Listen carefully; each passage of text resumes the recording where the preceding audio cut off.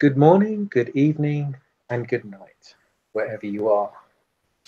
And welcome to Requiem for London, Chronicles, the City of Martyrs. And we begin our scene in the London dockyards, an area filled with the hopeless, the unfortunate, the desperate.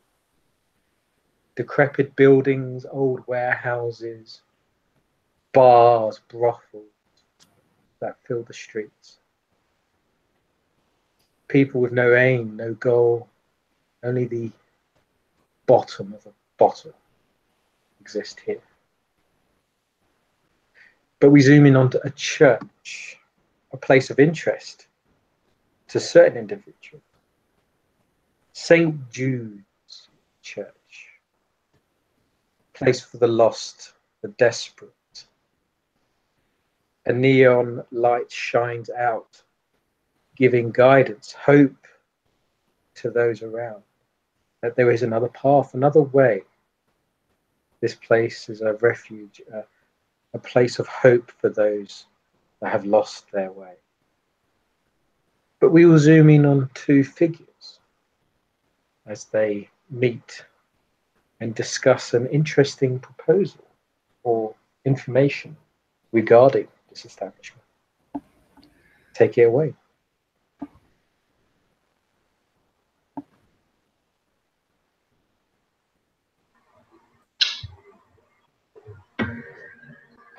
So yeah, Jonathan, after much scrambling around, having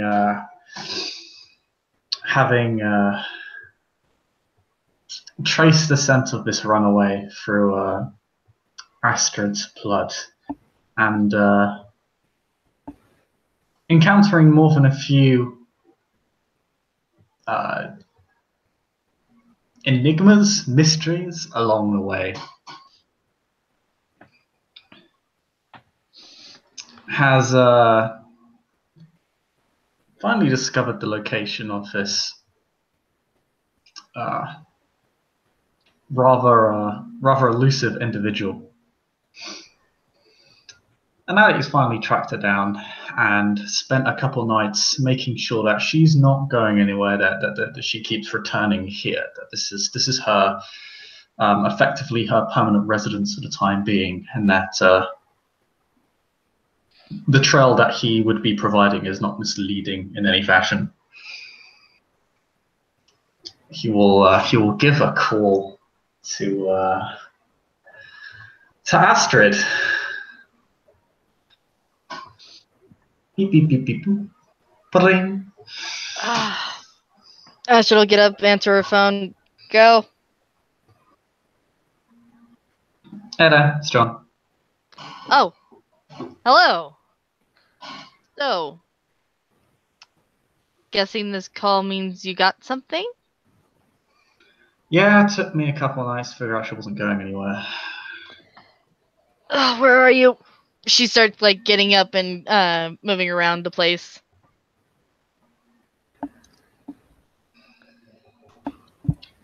OC, he's by a church near the Docklands, right?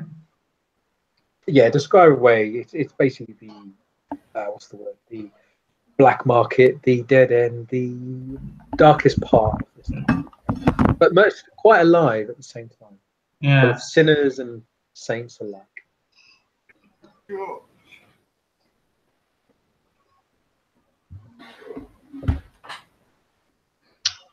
Yeah. Yeah, she's inside a little chapel, pretty far down the Docklands. You know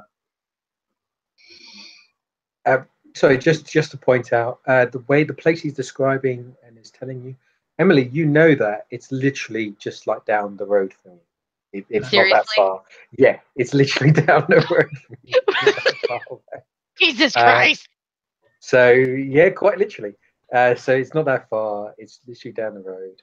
But the way for both players, the way her blood trail, the way she was scattered all over the city. It's very confusing. But definitely she's been hiding under your nose. Yeah, he's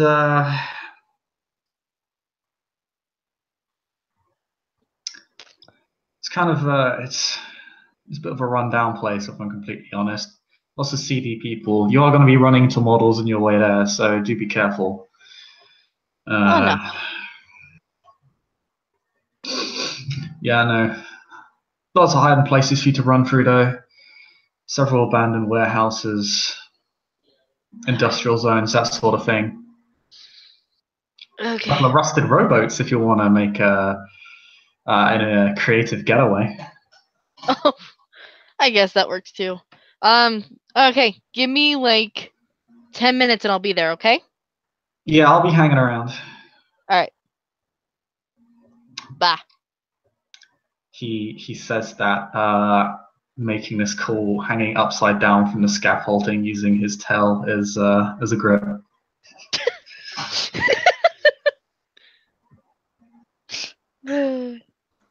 To describe as Emily, as you get that phone call, Astrid, as you get that phone call,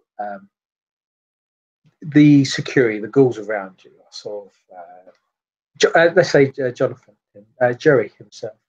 Yes. He will look to you and ask where you're going, what's happening. Have you got any more details?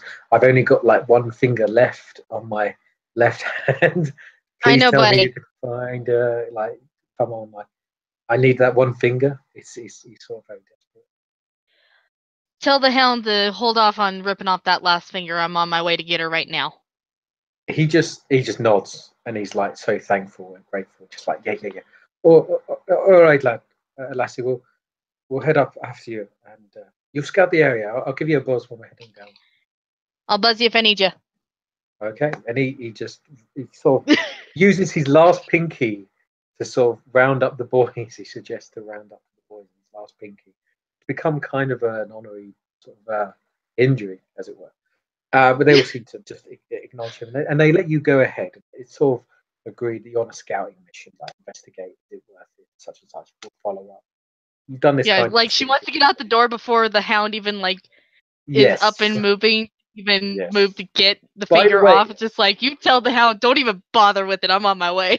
Just to describe the hound, you've been out and in and out hunting, trying to find this person, and you're a bit annoyed because you've searched all of London, and she's just literally been down the street somehow. I'm not gonna say that she's been down the street. I'm just gonna say I'm on my way to get her. But the hound has been acting very strange. He's literally just been staring at the gold. He spends like nights just staring at that gold in that sort of area, and very distant, very intense. Even tried speaking to him or try and acknowledge. He's basically not until you found her, he won't speak to you. Basically, he's very distant, very very distant at the moment. So with that information, you head out and you proceed to meet or to go to this church.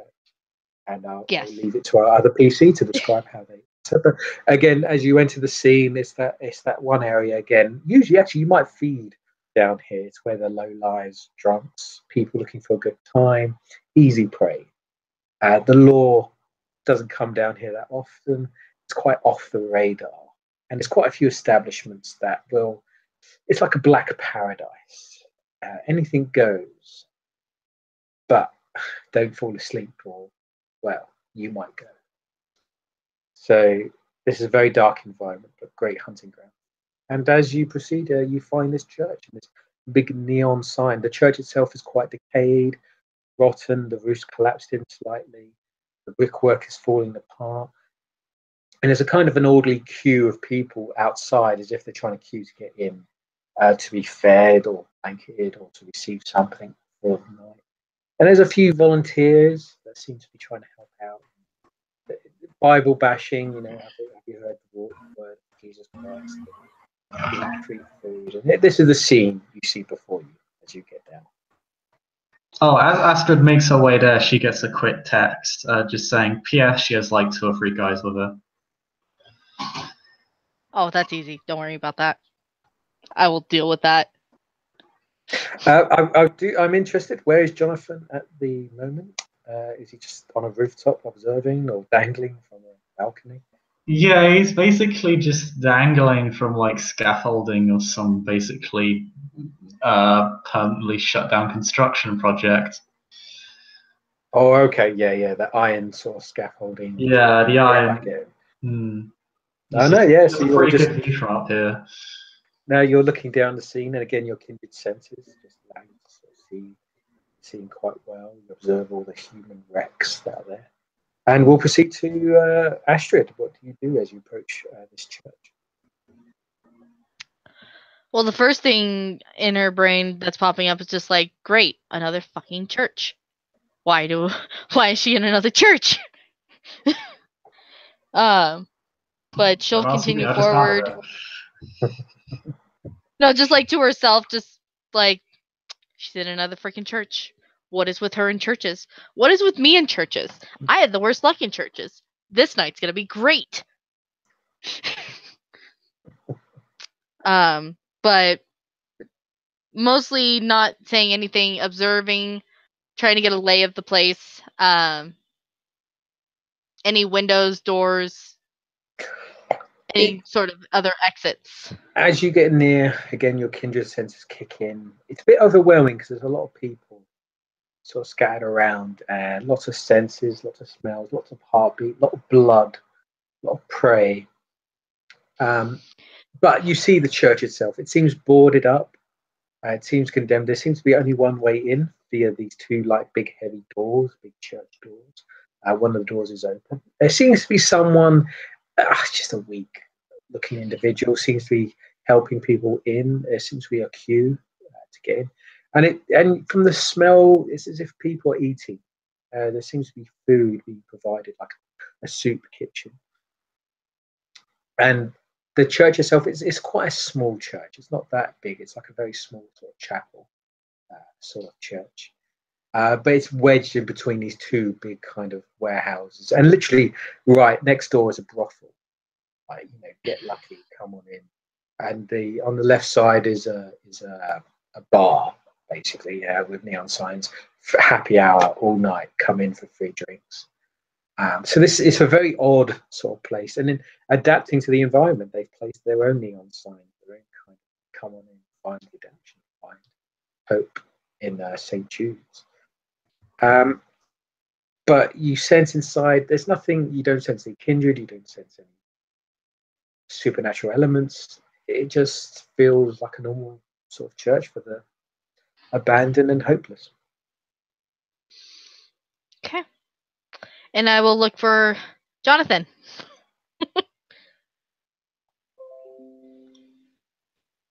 Jonathan, with his view and the fact that he's basically hanging off like several, if not like 5 stories above you, will probably spot you first, and will kind of tuck his tail in between his legs, so to speak, and begin making his way down.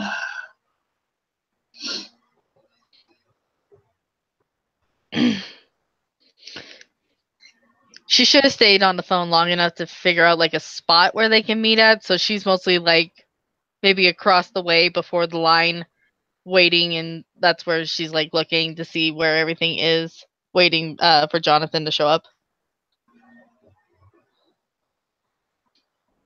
Yeah, is he kind of just, as he rounds the corner, kind of just seeing over the building which you're hiding around, he'll just more or less just moseying up to you. Jonathan? Yes, sir. All right. So how long have you been here?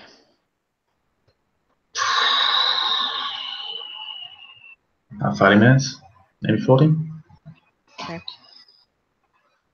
No sign of her escaping, trying to make a move to leave or anything? I've had eyes on the place for the past, well, since I got here, which is 30, 40 minutes. I haven't felt anything off about it. Okay. And from Astrid's knowledge, there is no enlightened activity down here, right? No, No, they've actually stayed away from this area. Funny enough, but that's what makes it ideal, because they don't seem to come down. And Yeah. that's again one of the reasons why it's such a good spot. Lots of food, not much enlightened attention, perfect. So they don't seem to be that interested in this area or involved. You don't see any posters, banners, anything like that. Oh, completely clear. Okay. And just looks like we just go through the front door. It looks like. You, as you both, sorry, are both of you approaching the church or trying to enter?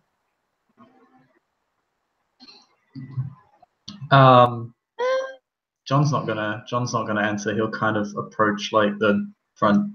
So as they kind of begin to approach the church, he just says to her, you sure you're gonna take the front entrance?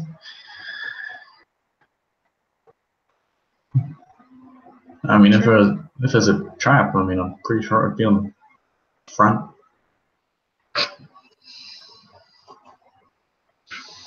Just saying. No. She'll eyeball. You want to go through the front, and I'll see if I can find a way through the back? I mean, I'd rather not get shanked by 3 people. She doesn't think you're looking for her. She's looking for me looking for her. Just to answer, there is no obvious threats. There is no big bouncer. It really looks like just a normal church. The guy at the front is just like a guy wearing glasses, weak-willed person. It really does not. You instantly get vibes of when something's dangerous or bad. This place just does not feel like that. It feels very welcoming. Oh, in which case, he'll just say, well, I mean. And by the way, Jonathan, you do look like a homeless man. So I think you can walk in quite easily. Probably not bathed for a while. You've been living in the tunnels and the sewers for a bit. This is of true. Course, you actually work quite well. He'll, in which case, he's just gonna, he'll just say, well, I mean, it's not as anyone outside, I guess. I live apart. Just keep an eye out. Yeah. No. And if anything, get a bite to eat. Hang out. Get a feel of the place. Text me any info you get. Warm myself at the fireside, got it. She'll nod and she'll start making her way around the back. Okay. Just to describe to both players, Jonathan, as you go to the front, there's a queue, but you kind of walk past, and you actually look quite strong, quite stable. So the individual in front just looks at you and goes, "Can I help you, my child? Do you seek refuge?"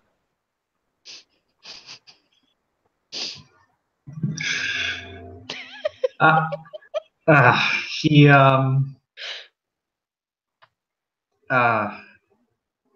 yes, if he could be so kind.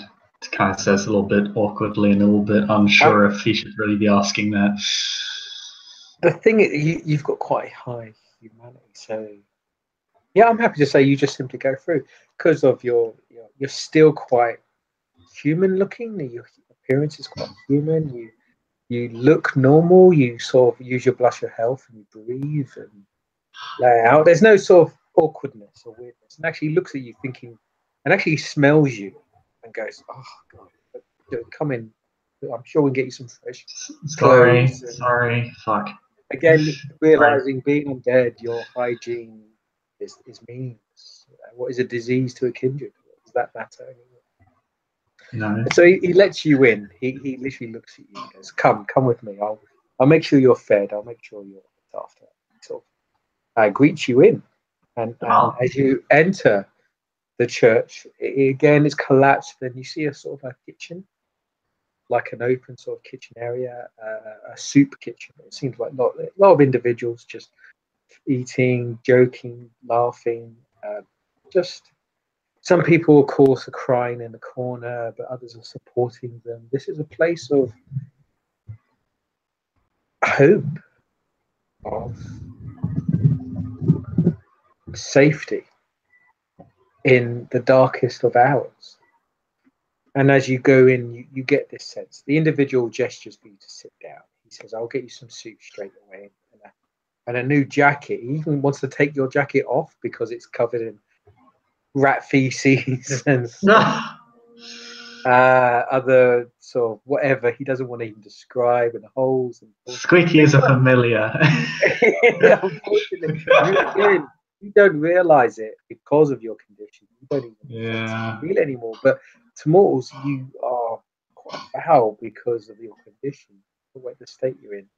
And again, you're used to like rats, mice, dogs, whatever, just doing whatever near you and you don't care. But unfortunately to others, they sense this, they smell it, and they say, let me just take this jacket off you. He does take your hoodie from you and says, I'll get you a new one. I'll get you a new one. Better. Oh, thank you. You don't have to do that. So I feel a bit guilty. Oh, actually, I do. I have the image for this guy. Up. I don't have it actually. Yeah, as you look at this figure, he will turn away, and a priest will appear behind him. And as he appears, he looks to you and just sort of, again, in your very droll, shoveled condition, he looks at you, go, child, you look like you've been through the works, mate. So get something to eat. Help yourself to the kitchen. If you need to talk, I'm here for you, my child. Thanks, Dan. I appreciate that. I really do.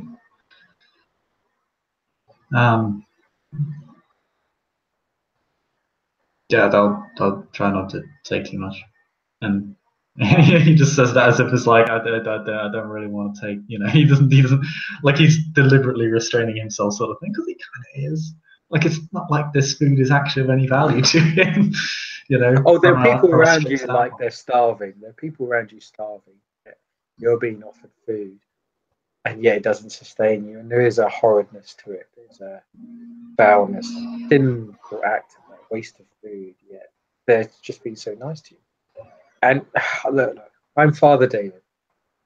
Just give me a call if you want to speak. Help yourself to the kitchen, and rest here tonight if you.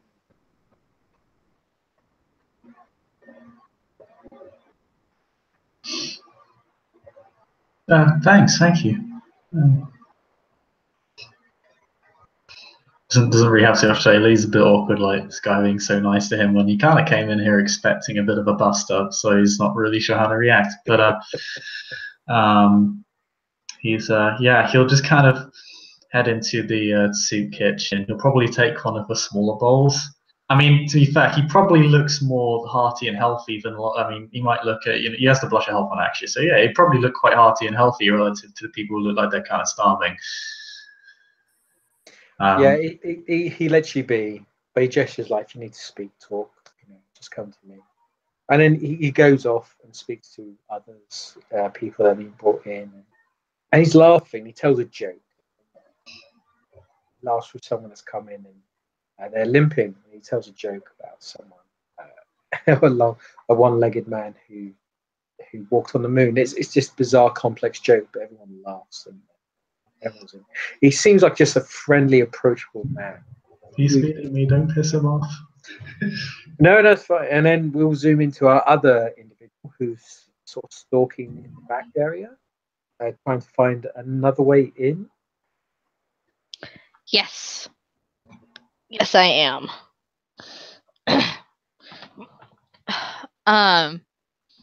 Again, mostly going just walking through as if she's going to go walk through the bar, but it's just hanging around the back area to see what she can see and see if there's any openings to getting inside, or if she can even detect, I guess, Cassandra, if she can. You, as you push your beast out, and you kind of examine and smell the atmosphere, there's no other kindred, there are no other supernatural creatures here. again, the only feeling you sense is that this place is somewhat, there's a kind of holy sanctified element to it. Your beast doesn't react well being here, not to the point of being pushed out or forced out, but something about the place, like the beginning of something good, the beginning of something very pure, very powerful. But it's not quite there yet. It's still fresh, still new. But as you examine, the windows are boarded up. There's still some glass images of saints and Christian iconography sort of scattered around the windows of the church. The only thing you can find is like a back door where you see three people loading off a van. And they seem to be loading food and clothes from the back of this van into the kitchen or into the supply room area. Oh yeah, real quick question. How many of these people can I sense? In what regard? As kindred, as supernatural, as yeah, that regard. No, nothing. The you don't smell. You can only smell. Sorry, yes, you can only smell Cassandra. She seems to be in the back area. She seems to be right towards the altar, and right towards the far other end of the chapel, where there seems to be this lone statue of an angel that's looking down and weeping. And she seems to be just sat there with a kind of a hoodie and sort of basic clothing around her. And she just seems to be laying there. And because of your senses and you've been stalking this place out for a while, she's been there for a few days now. Like literally just there. She's not really moved that much.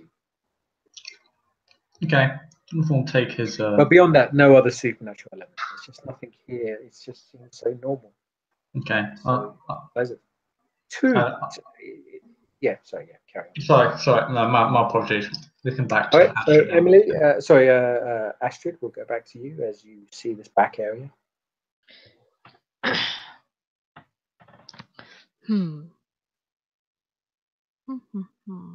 Is the door open?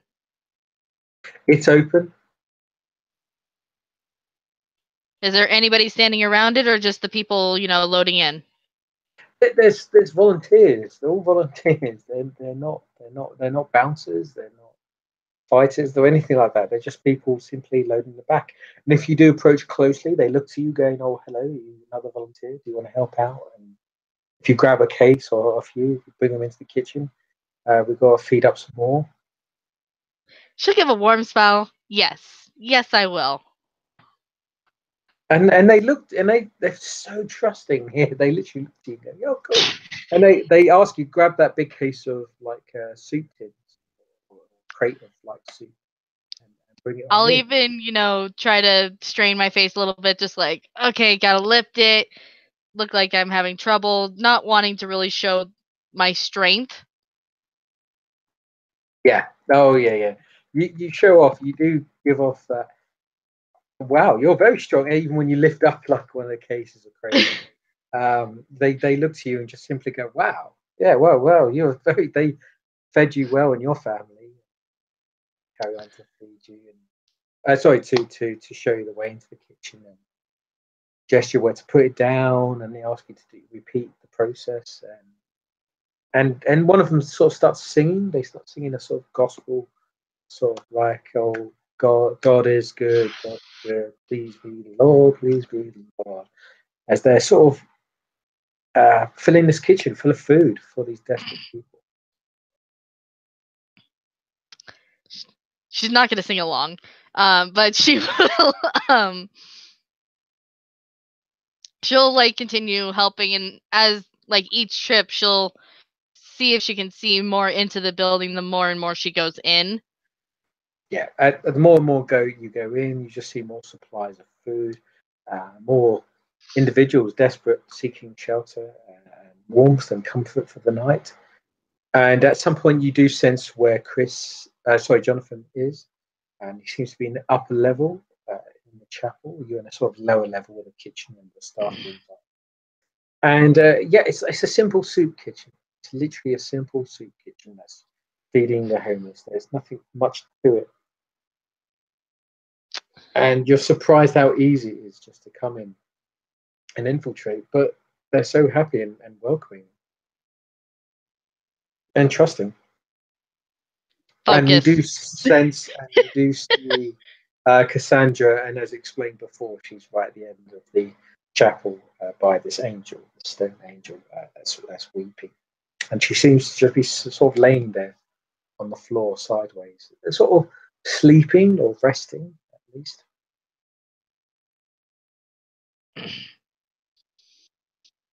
Okay. I'll help with a few boxes, like a few trips, and then just be like, hey, if it's okay, I'm just gonna do a walk around really quick. I'll be right back.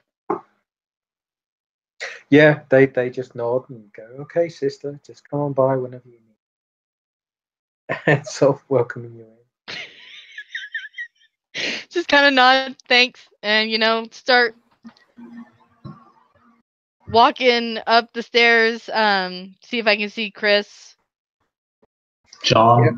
Or Jonathan. Yeah, sorry. John's saying he's not actually that far away from your friend. He's like, statue. He's just kind of hanging around with his with some free soup. She'll make her way over there. Get a bite to eat.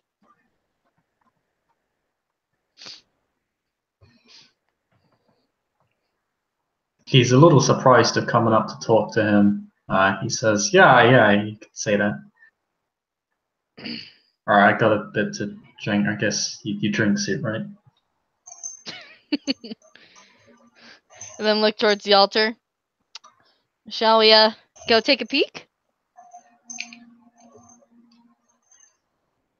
And then just kind of mumble, just smile and walk around. No, what's this? What's taking her back crying? You're not going to kill her, right? No. I want to see what condition she's in and then move along from there. I said thank God, but I mean, that's kind of rude in the church, isn't it? Just gives you a look just like... Actually, you know what? She lifts up her hand and just points out the pinky and wiggles it. That's all that's left right now. I'm aware. Oh, my dear friend. I know. And you're giving her over to the guys doing it. We've already discussed this, Jonathan. Mm-hmm. Hey, I'm not stopping you. Do what you need to do.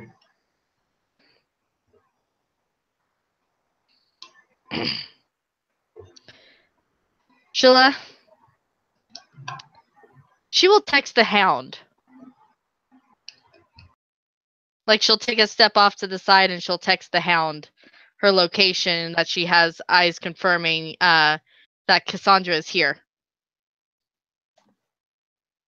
Okay. You send a text, the response is replied. It's sort of in code, like the sheep is ripe for harvest.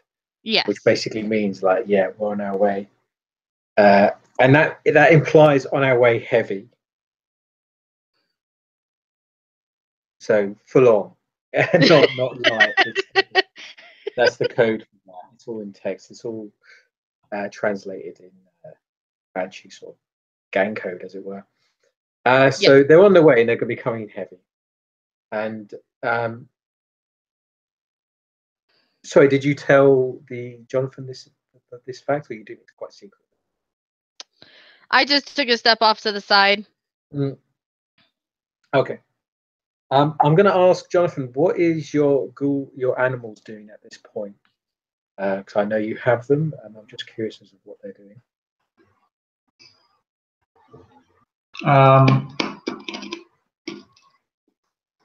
He has both animals.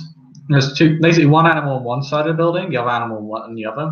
I think distance from the entrance, like the dog kind of walk around the probably the backyard of the the backside of the chapel. Squeaky, however, he's got climbed up a drain pipe, so he's basically on the corner of a roof that basically overlooks the area on the front side, Okay, right. That's fair enough. It gives him a fairly good view, and basically, yeah, it's tasked him if there are any major threats or lots of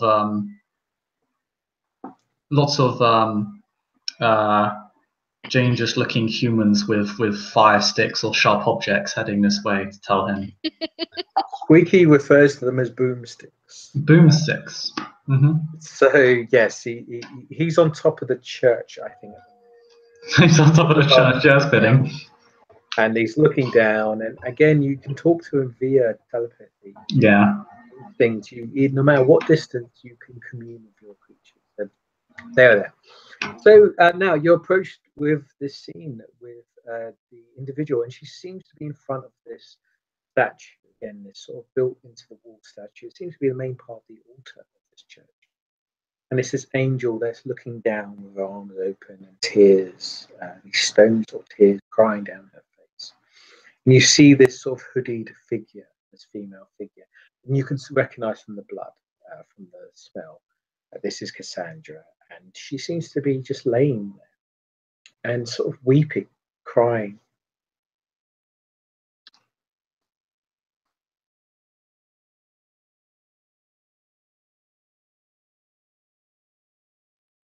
Just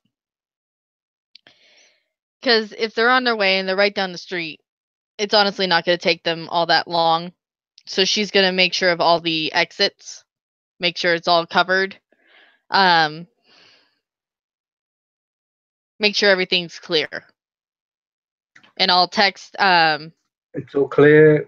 There's no danger here. No. PM's David. Huh? Oh, that's the David. PM's. Okay. I mean, she's pretty focused. She's not really, honestly, caring about the location. Her main concern is the mission. No matter what Cassandra showed her or anything, it started a domino effect that is affecting all those that are close to her, and she's realizing that something's wrong with her sire. So it's just kind of a domino effect of coming to London. And she's thinking, hell, if I had a choice, if I had known that this was going to happen, I would have left her there.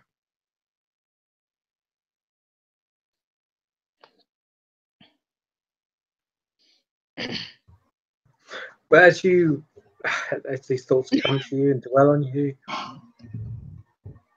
you just simply see her crying and laying there before you.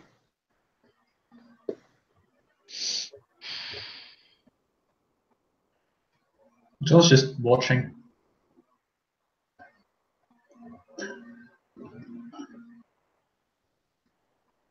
His gaze kind of shifts towards Astrid, quite curious as to why she has yet to do anything at all. She just seems to be waiting for something. She's got her arms crossed, she'll probably even sit in a bench, but her eyes aren't going off of Cassandra. And she knows not to move towards her in case, she tries to grab her again and pull a little trick. But also not to spook her, so it doesn't continue the chase. I have her here. Time goes by. A few moments go by, unless you do something. John will head on over to her, considering she's basically taken a seat, which is what John has done. He'll shift on over and say, "Is that it, or what's the gig here?" Waiting for my party to get here. All right. You can dip out if you want. I understand if you don't want to get in this mess. I'll hit the roof. Okay. Maybe have a chat with the local wildlife. The what? Never mind. All right. So what happens next is John will get up from his food and just say, "See you in a bit," and we'll say to him to his animal friends telepathically,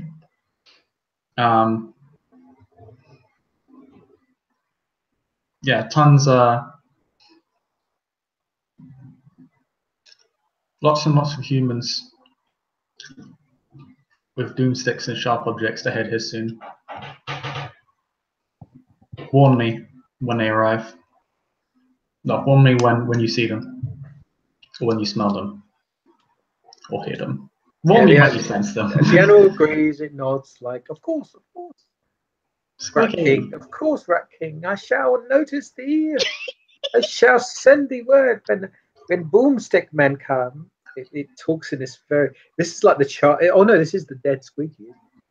So yeah, this is the Lord Squeaky protects. Squeaky will protect the Rat King, and it kind of it talks in this bizarre manner. It's so unique amongst rats. But we'll zoom into Astrid as she goes towards Cassandra. At some point, Cassandra will turn to recognize you're there and get up. To what? If you ignore her for long enough, she will get up and turn to see you're there after a while, as if she needs to get up to eat or drink or something. And she'll look and see you there and recognize you instantly. If you don't approach her, that is. But at some If point, she sees me like while I'm sitting down, I'll just shake my head like, "Don't move." She looks up and sort of smiles and goes, "So you finally found me." Took me long enough. I'm sorry for running off, but after I learned that you was a banshee, I knew the hound was nearby, and I can't tell him what he needs to know. I just can't.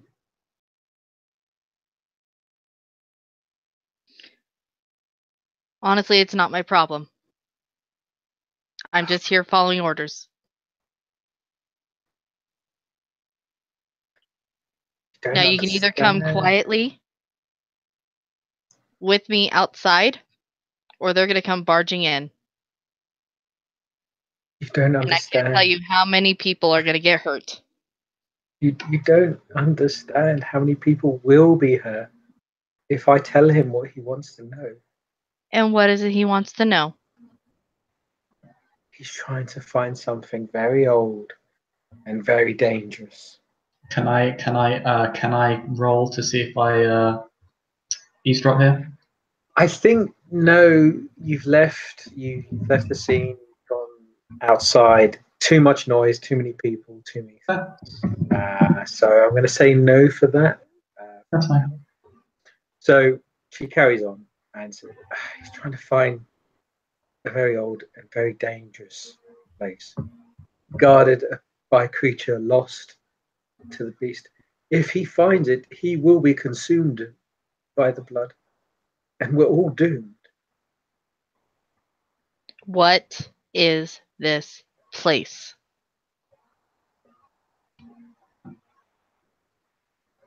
Because if you hadn't done your little trick, I would have taken you somewhere.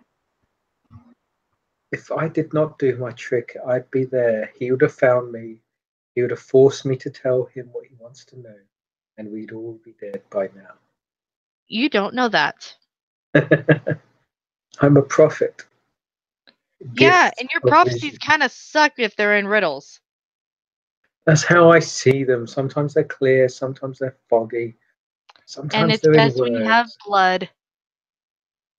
She actually looks to you because it's been a couple of days, and she kind of licks her lips as you mention that, but then tries to hold herself back and goes, "Look." She's looked like no. Her arms are folded. She has this hoodie up, and she is trying to keep herself in control. And look, I'm sorry, but it's just I had nowhere else to go. Everywhere I went, the line would have captured me, and they would have killed me. If I stayed with you, the hound would have found out the information and killed me. This is the only place where there's a chance that I can come back. There's a chance that it's hard to describe it, but you flip a coin enough times, sometimes it will land on its edge. This is the moment that will change it, and we can save everyone. You don't realize what the enlightened are trying to do. If they succeed, the world will be flooded. And if your master succeeds, the world will burn. We have to find a middle ground. There is a middle ground. What is the middle ground? On the coin's edge. Balance. It can be done. It can be achieved. I've seen it.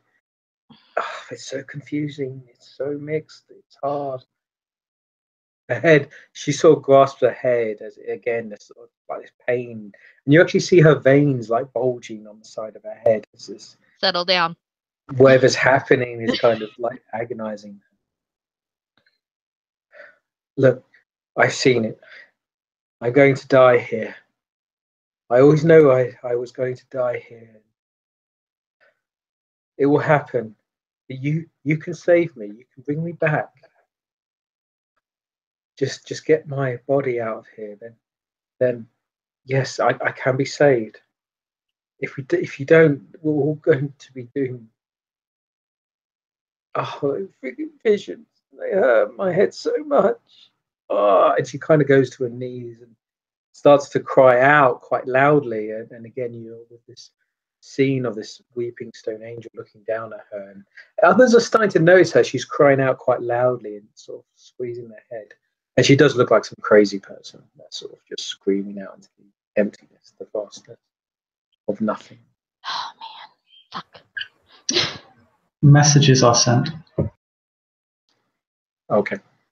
And at this point, as she's talking to you or speaking to you, Emily, you'll start to feel that banshee sense, that sense of death, that sense of destruction, that sense of decay, murder, Oh, man. vengeance, vileness, foulness, depravity, and remorselessness. As you sense the banshee curse upon you, people are going to die. People will die, are going to die soon. It whispers on the back of your neck. We may do a roll in a minute, but we'll see.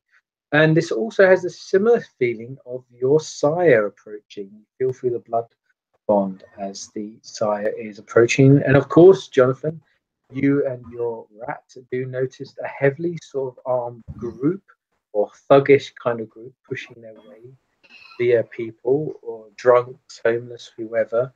And you see and sense the hound before you, the individual. His beast is quite excited. It's quite loud. He doesn't care. He's using his majesty to kind of emanate over the people around him to allow him passage through. They step aside as he walks through. And his gang, even though they're quite heavily armed, they seem to be carrying like assault rifles or weapons. They seem to just not care. They seem to not, the innocent or the mortals don't seem to notice or think anything of it. Some of them actually clap as they walk through. And yes, you do see another kindred walking with him, the hound. Another individual who seems a bit lesser. His beast is not as exposed, but he is still there. And they will both enter or go into the church and open the doors. But I leave to you, Jonathan, as to your reactions. What do you do? Jonathan, upon receiving his warning, will retreat to the top of the church now, where it's safer. There is a good view and is fairly fortified and well positioned to be away from all the fuckery that's about to happen. Actually, no. Before they enter, he will do one thing: as he senses that beast the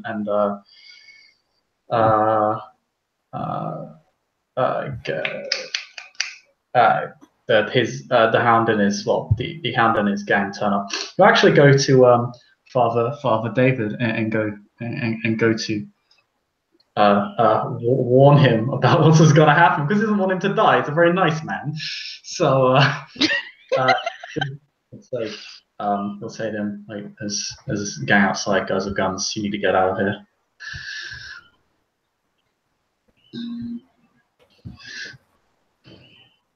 So you approach the father figure. Yeah. He basically tells Father David, like, gang, guns, knife men, we need to get out of here. Father David just looks at you confused, going, What are you on about? My child, there's no money here, there's no gold here. They have nothing to gain from us. We have an accord with the gangs here and the criminals. We're just here to help people. Look, calm yourself. How long have you been off your medication? He looks at you concerned, like as if you're some drug addict, someone that's preaching.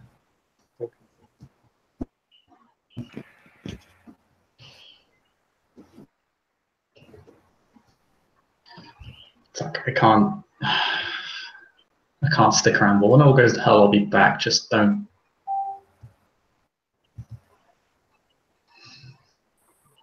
Just don't play hero, okay? Just stay out of the way. He just nods and just sort of, comforts what you're saying. Then he'll just leave and head for the roof. And 2 messages are sent out. One of which, this was a few minutes ago, but a few minutes go by. Astrid, you're still talking to Cassandra. She's just preaching ahead, and we'll zoom into our other characters because it's been a while, and we'll zoom in on them to give them some steps. So we zoom into one individual who is happily, casually on the tube, perhaps hunting or thinking out his new tactics on the city, and we'll go to one Jane, who receives a text message informing him of the location of Cassandra and the location of the Hound, the Banshee, the most revered and hated Banshee amongst the neighbor. James just being, walking around the city. He might just be, close by. He's been looking out the place and everything like that in the general area around for a while now. And he just picks up his phone and calls Miss Emily.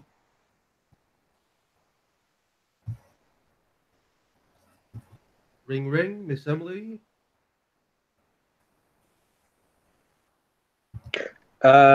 Peter, Emily, your character gets a text or a phone call. Phone call. Oh, one sec. He might be gone for a little bit. I think he may be gone. So just describe anyway what you say. We'll remind him later. A text, perhaps, or a voice message. Just a message. Just a message saying, "Do you want to meet up? We have some things to do tonight. Something big is going down. I need your help with something." And he calls another man, picks him up in a police car, into the windows, and he leaves for the church.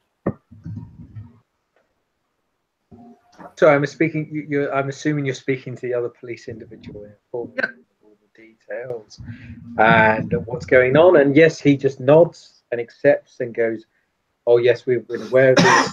And actually, there's been other interest, and you're getting the firing squad. You're getting the Metropolitan Firing Squad coming in, and they're red police vans, and it's the equivalent of the American sort of SWAT team.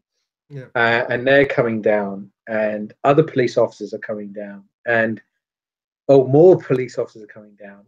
Certain individuals that want to avenge their friend who was killed by this gang, by this brutal, savage Irish terrorist anarch group.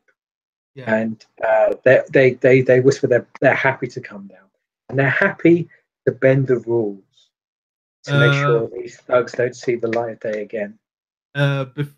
Before anyone goes in, he says to his contact as well, he wants to go in and just talk. Sorry, I don't quite hear you. Your mic is a bit far away. I don't think I can hear you quite well. He just wants to go in and talk with them before the fucking firing squad comes in. Well, due to your investment and due to your contacts and your abilities, you are very privileged to consult, and he sways enough. Like, okay, I'll let you have first word in. I'll let you be the negotiator, but we're going to get these guys. We're going to make sure they don't see, jail time. All right, whatever you want to do. I just want to talk with them first. Your contact just nods and agrees, and this is all set out. And unfortunately, we're not going to speak to our other PC because I think they're away, but they will get the message. They'll get the information. So we'll zoom in back at the church. We'll rewind and go back to the church, and we'll go to in a scene with the hound next to his brother, Lewis. This is your cue to emerge as you've both been summoned to this church.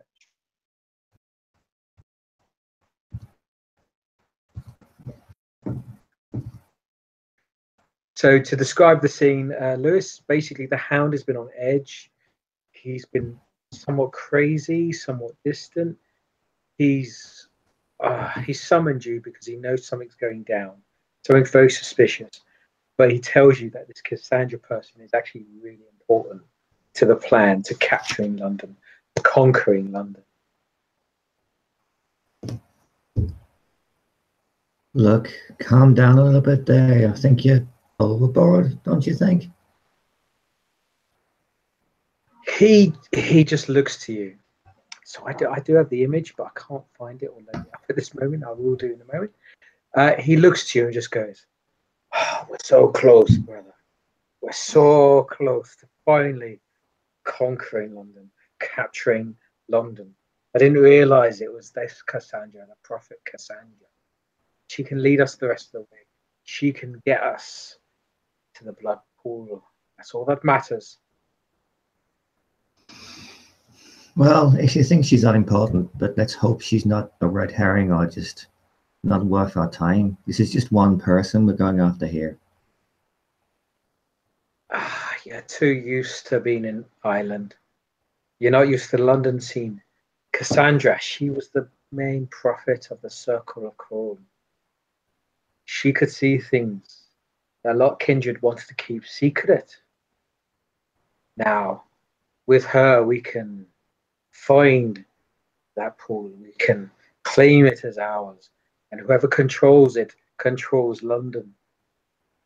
Finally, we'll be able to claim this city as ours. We'll leave ourselves with this curse. And the Banshee Mother can awaken. Peaceful. Well, if she is a prophet from the circle, then we should maybe give her a little bit more respect than I've been saying. Lead the way. Let's go, brother. By the way, I'm liking your new look. You seem more blood-like, more kindred-like. Well, let's just say when I had to fix up my face, there was some side effects to that as well. So You proved yourself well in Highgate. You killed many, claimed many. I always thought you were nothing but a bookworm, but you stood your ground. well, even in the beast, there's still a bookworm. Or even in the bookworm, there's still a beast, maybe. When the time comes, I fight like you. Like your Tirada. I'm sorry, brother, for being so distant. It's a taxing role being war chief. Well, you do your job and I do mine. You win this war and I'll write down how you did it. Write me well, brother. Write me well. That I will. And as you both proceed, you both carry on. And it's so strange because you're both activating your majesty and people are looking at you. And you've got like 10 to 15, 20 people following you with guns, weapons, armaments. But they all just don't seem to pay attention or care. They seem to just be looking at the hound. The hound waves at them, gives them a smile. You give them a smile. And no one seems to care. They just think it's an act or like a parade or just some nonsense. They don't see it threatening whatsoever. But as you approach the church, the hound will just kick the doors open. And as he kicks the doors open, the goons, the sort of ghouls, mercenaries will just rush in, armed with weapons, guns, and they seem to surround the area. They kick over tables, they push individuals over, they storm the place, secure it, they make sure it's safe, secure, as you and the hound are just simply standing there, walking slowly towards the back area. And at this point, the priest, Father David, he kind of interrupts one of the ghouls who seems to be in a fight with a certain staff member or an individual. And he seems to try to stop him. He seems immune to sort of the majesty or the madness that's going on. And he tries to stop him from hurting this individual, stopping him. Like, what are you doing? Stop, you're not allowed in here. You can't come in here. And the ghoul, the individual, just simply gets a knife out and just stabs him. Stabs him in the throat. Oh, what the? What? Blood starts just pour from his neck and clenches the wound. As he tries to defend. You're on the rooftop, I'm afraid. He tries to stop this sort of madness, this aggression on such a holy, humble place. Can I hear violence starting to occur? You can smell the blood. You can smell the blood, and you can smell, the people going in. And yes, you know something's happened. Someone's been killed. Blood is pouring out. Your senses are sharp enough. For the record, what that message I sent out, remember I sent out 2 messages. Yes, I know. He will hop down from his roof at this point. This priest just sort of bleeds out, and he holds his throat, and I hope other people come to him and try to help him to stop the bleeding, to prevent his death. Unfortunately, Lewis, for your character, due to your humanity, you care less.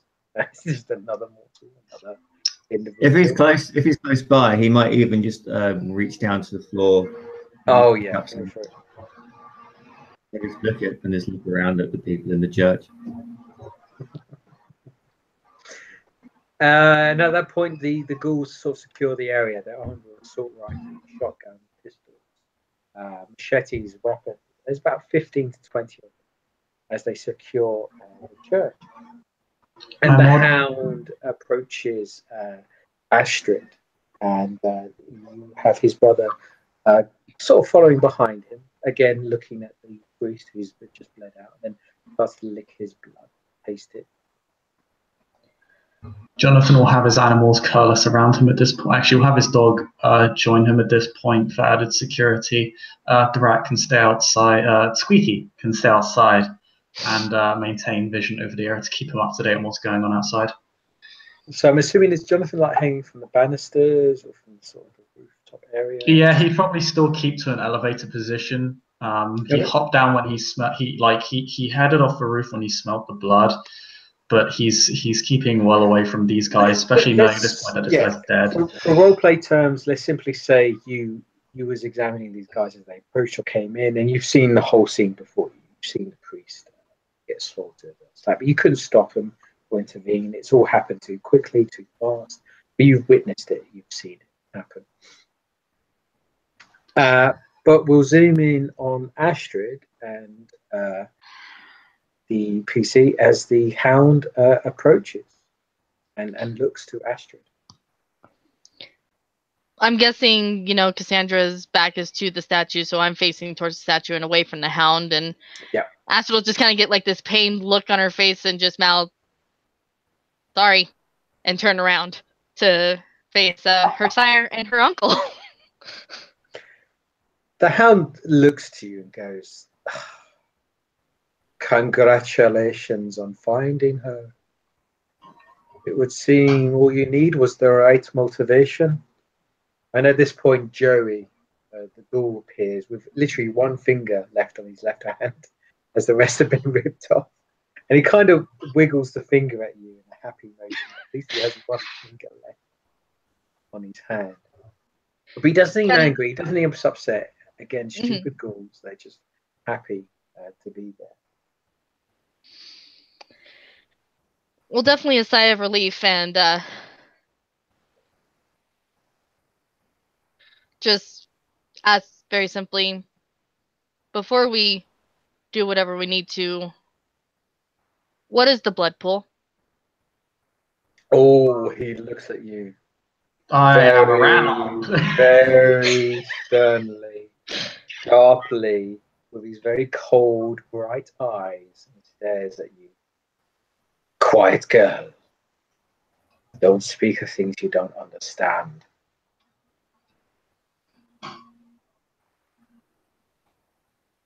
And Jonathan will probably watch from his elevated position as, she'll ask this question like outright, and then just kind of, her head will bow in submission and she'll step aside. He looks at you very straight and narrow in the eyes. Kind of gazes over, like he's kind of off to the side. He's like that guy. He's like that shady-looking guy. Well, he's literally the shady-looking guy. By one of the entrances, his back kind of to the wall, leaning back, just kind of looking at you. Or no, he's on an elevated position. So he's doing that from an elevated position. Oh, you're dangling from the ceiling with your tail in this church-like area. Of course, the other kindred, they sense you. They sense he's you. very obvious. The hound looks up and sees you. Gives you a nod. So it looks down to Astrid because it's her responsibility. I assume this is the ally you and your brother were speaking about. Yes.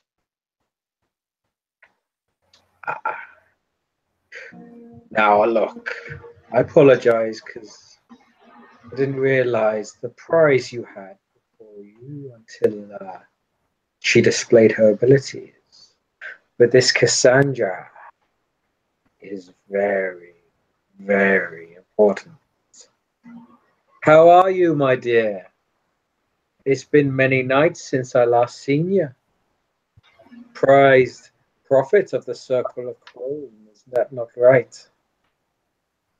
Cassandra responds simply by saying, hello, Hound. I thought you was dead. Didn't you die when you was fighting with the Blood Gang? I thought you swore blood oath.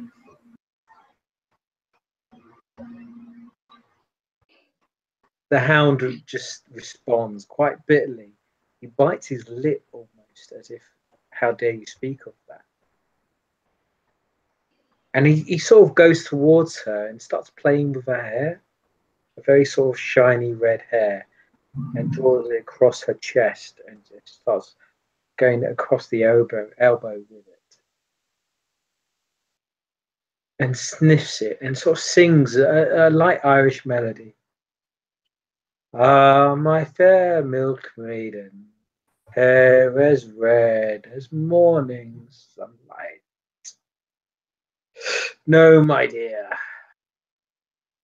I know when the ship is sinking. I got out before that mad bastard, the blood thief, got himself killed. Surviving has always been one of my greatest skills. I've been recruiting, gathering strength. He looks to Astrid and the other ghouls around him. Cassandra again looked to him very deeply, very sort of calmly. Everyone, you don't need to roll empathy.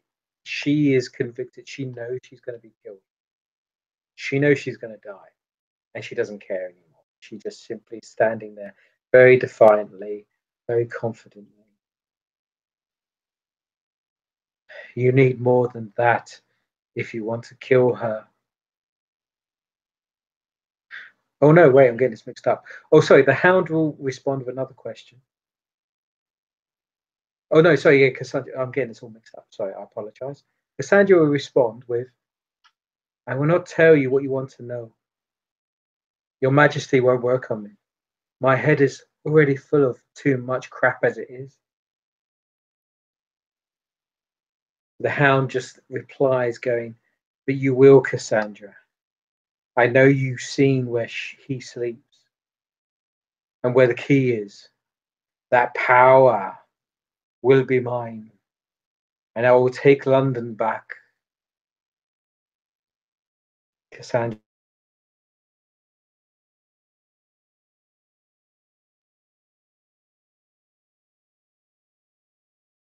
the dragon needs to be awakened. The hound responds quite loudly, speaks to the group. "You and your fucking prophecies. Just speak clear and straight. What is the sleeping dragon?" He points to you, Astrid. "Pull her fingernails off."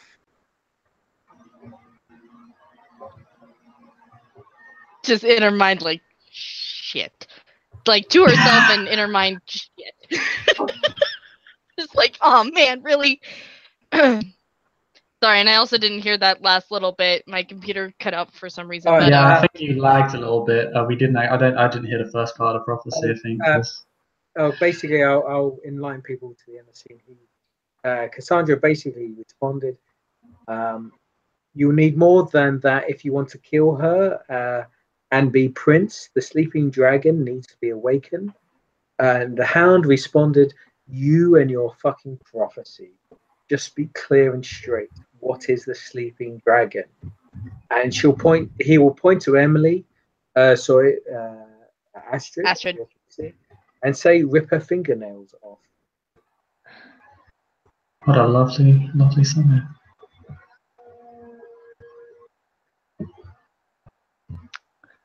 And I just want to make sure, not rip my own nails off, rip her nails off. No, rip her nails off. Yes. Okay, good. Okay, I was gonna be like, oh man, it's gonna suck. That'd be quite crazy. Rip your own, show this bitch how serious we are. Rip your own nails off. No, Right. rip her nails off. Got it. I mean, honestly, she is gonna pause because all of a sudden it's just like, listening to this, and all of a sudden it's just like, Astrid rip her nails off. It's just like, wait, what? She doesn't say, wait, what? She'll just look at her sire and just be like, for all the banshees, for all the banshees in the room, you smell death. Death is approaching. That bane is activating. You know death is coming. And it's the hound's beast is emerging. The hound's beast is really popping up, and he's starting to become somewhat taller, lankier. His clothes are starting to stretch outwards. It's this bizarre thing that only his brother has seen. When he starts to really flare up his beast, it starts to physically emerge and appear. But the question pauses to Astrid. What do you do? As he describes, pull her nails off. Like, she'll look at her sire and she'll look over at her uncle very briefly, like seeing if he'll give a look or a nod or shake of the head or something. But if nothing, I mean, she'll walk up, hold her hand out, like saying, "Give me it, or else I'm gonna grab it."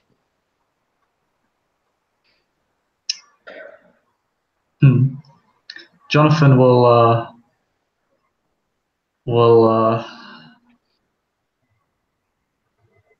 state, "Are you going to go a spine or?" Almost mockingly. Actually, very mockingly. Does the uncle have anything to add or As the hound orders Astrid to talk to the ghoul, and as Aidan can see that the beast is flaring up and his brother of the blood is actually starting to change, he'll just look over to Astrid and just give her a look and just nod, as in gesturing like you better do what he says. You gonna make a And- call, Astrid? You gonna let someone else make it for you? Like, she'll start to take a step with the nod from her uncle, and then hearing Jonathan in the back, she'll stop again. And she'll look. I gave you a chance to leave in case it gets messy. Ain't about the mess.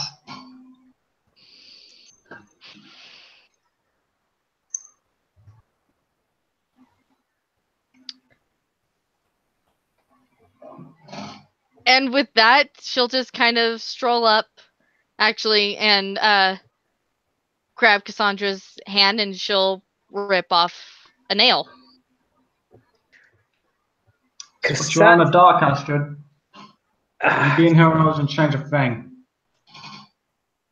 As you're hearing these voices speak from you, from the hanging individual on his tail, from the ceiling, and as you're looking to Cassandra to rip her finger, she looks to you and actually gives you a hand and gives you a nod of, like, I've seen this. It's okay. I understand. And she'll do the deed. You rip off the nail easily with your kindred strength or brute force, and she really cries out because it's painful, and she'll just scream out and let it really out and cry out, and just then smiles and laughs and smirks, going, I won't tell you, Al. I won't tell you. If we do, we all burn. Does this empower you, Astrid? Do you feel any different than before? Just close her eyes and shut out the voice. The hound speaks again. Fucking you and your fucking prophecies. Just stop it. Break her arm. Do it slowly.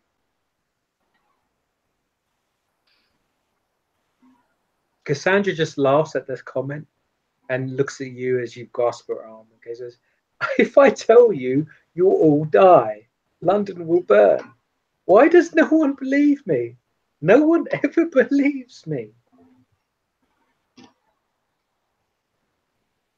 She'll look at the hound.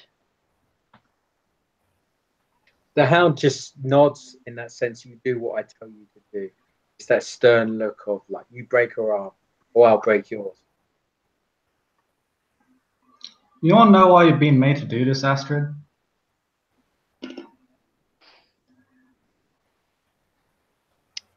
You keep opening your mouth, Jonathan. I'm not going to be able to stop the hound from ripping you apart. I'm not the guy who needs to be worried right now.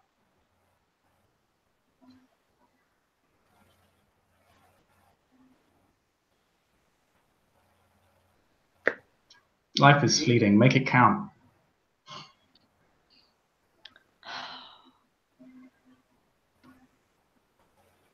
The hound will really look at you and look at this individual in the sort of upper area, in the scaffolding area. Looks to you, go, you fucking do as I tell you, child. Do as I say. Break her goddamn arm slowly. Make her feel it.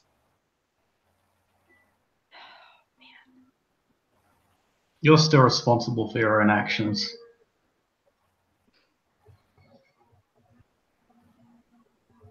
Do you know what'll happen to you if you take the blood pool? Who are you saying this to? The hound. Oh, the hound will look to you, and actually he'll hit you. He'll slap you in the face really hard, like to the point where you actually go to your knees, to the floor, and simply say, never speak of that again, lass, or I'll fucking end you. Well, I am just cannon fodder, aren't I? He looks at you like as if, no, come on, child. John moves to the banister area, quite close to these banshees, almost directly above them. He kind of just like, he's kind of crouching, he's looking down at this point.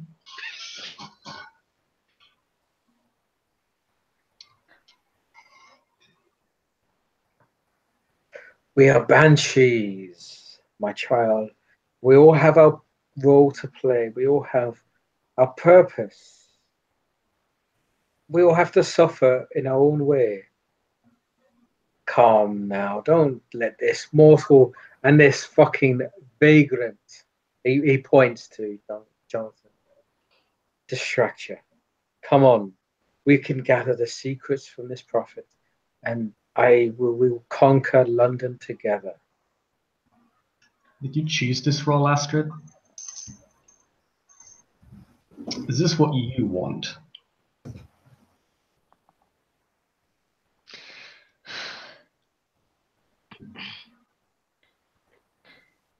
I'm sorry to get off topic, sire.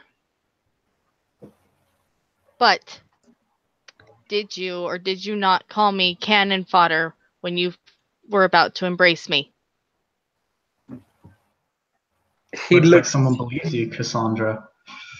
He looks to you so closely. And he leans in. And it's just sort of very caring.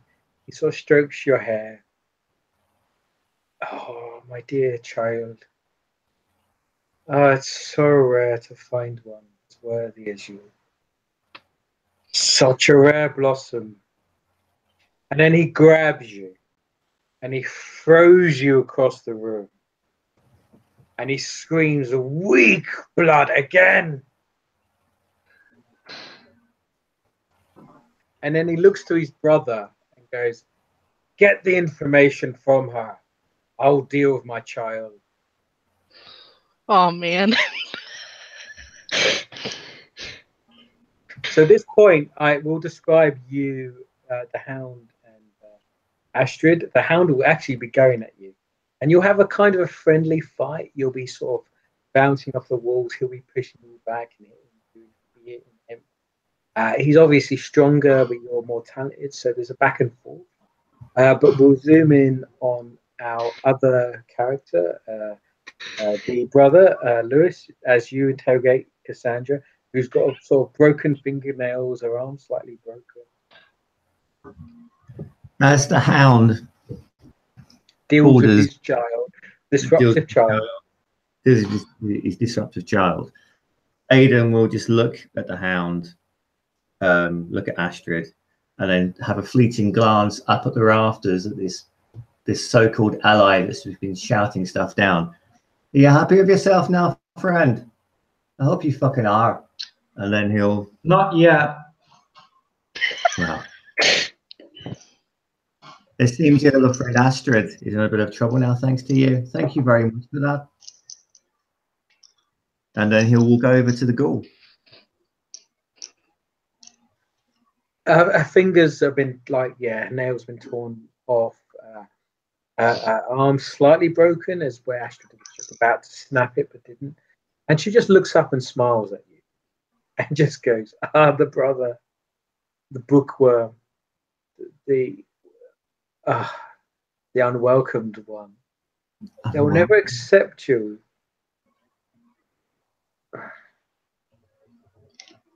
Not a bookworm, rip off a girl's fingernails. Seems awfully out of character. Jonathan just says, the banisters. Another little glance up at the banisters. Cassandra, if you can see the future, you can see what's going to happen. Just tell us, and it'll be over. And then you can die. I mean, would you take that offer, dude?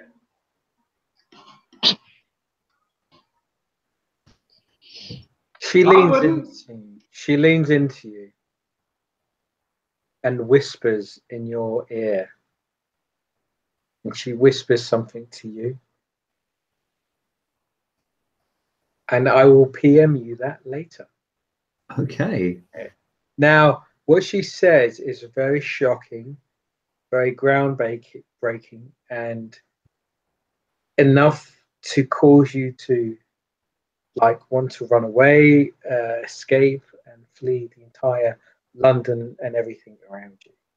And she Okay. whispers this to you, and it causes you fear. It causes you terror. Enough to waken your beast almost, but this secret is yours. And at that point, she passes out because of the pain, the trauma, the effort in her mind. She just passes out. It's too much for her. But you will be given a vast secret. Okay. You gonna PM me the secret now or later? I can, but let's work out other PCs as this happens. So as she's whispering, and as the hound is dealing with his child, throwing around this church, he actually breaks the angel statue and like forces her against it and bashes her. How dare you disobey me? I am your sire. I own you. You are my creation, etc., etc. At this point, we hear police sirens. We hear police cars. We hear megaphones. We hear sounds of the cops, the pigs emerging from the distance, and they are surrounded the place. They've surrounded the church and are now progressing to siege establishment. And we will zoom in on our other PCs. So Eric and Emily, if you are there, you are now in charge of the scene. Emily, I believe the sheriff gave you a text. Yes, yes. By the way, yes, one of the individuals inside has told you. I don't know if I missed a message before, but yes, I'm here now. Basically, you are following Eric's PC or James and his direction. So, James, take it away. One thing, actually, before that happens, because of our particular link, this Very for like true. the past hour and a half, Emily has been sensing through this blood sympathy that they share.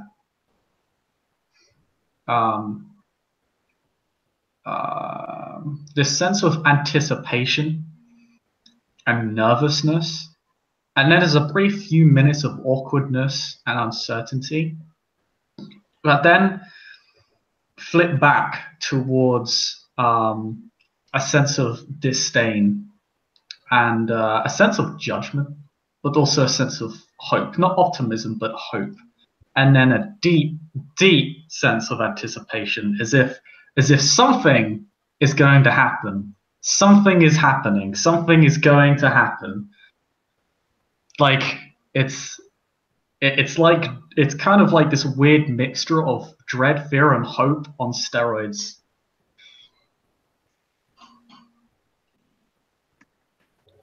Yeah, like while they're getting there, Emily will just say like, "Yeah, Jonathan, I think shit is either going down as we speak or about to. Just letting you know." Okay, so I guess something is happening to him, or either he's there. Anyway, we're coming up in the place right about now. And Dave, can you just describe the scene for us? As you enter, you basically get the scene of the church outside. All the ruffians, all the excuses for life flee immediately as the police cars start to emerge, the sirens blaring, and the sounds, the megaphones blowing, clear the streets, clear the streets. And all these police turn up with like armor, with gear. And of course, the armed squad come in with their red police cars. They come in armed with flat gear, flak armor, assault rifles, assault gear, and they line themselves up, positioned, ready to assault, ready to invade this establishment. And we go into a helicopter that seems to be hovering above the scene as well, with a spotlight that shines the church out. And everyone runs from the area. Everyone flees from the area and tries to escape the area. But it is surrounded. It is secure. There is no escape. There is no way out. There's at least 10 to 15 armed police and 20 non-armed police officers surrounding this place, this establishment at the moment. All right. I guess we're getting out. We're gonna go and have a talk to them. And as he goes out, exit the police car, he goes up to an officer, grabs, his police radio off him. Oh, yeah, feel free. You grab it away and do whatever you wish. Miss Stevenson, are you coming? Sure. Emily is quite focused on the task at hand, but the problem is that she doesn't look necessarily much like an agent or Scotland Yard or anyone who would be following or leading any of this. But she just nods and just says right, and just follows him more or less just right behind him. As the two of them are going up, can we sense all the kindred within the area?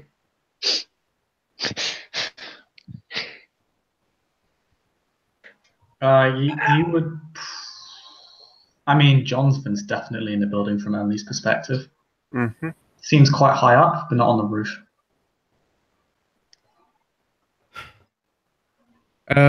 All right, and I guess I sense the other kindred as well.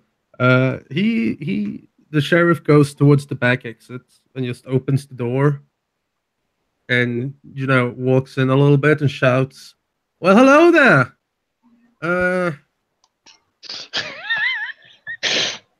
Top of the morning to ya." Oh, Miss Stevenson, that was very bad. Now, hello everyone. My name is you can call me whatever you want, but we have the building surrounded. The only thing I want is Cassandra, and I just want her in one piece and good and fine. No light there, buddy. She's very dear to me. I've known her for most of my life. I don't want to see her hurt.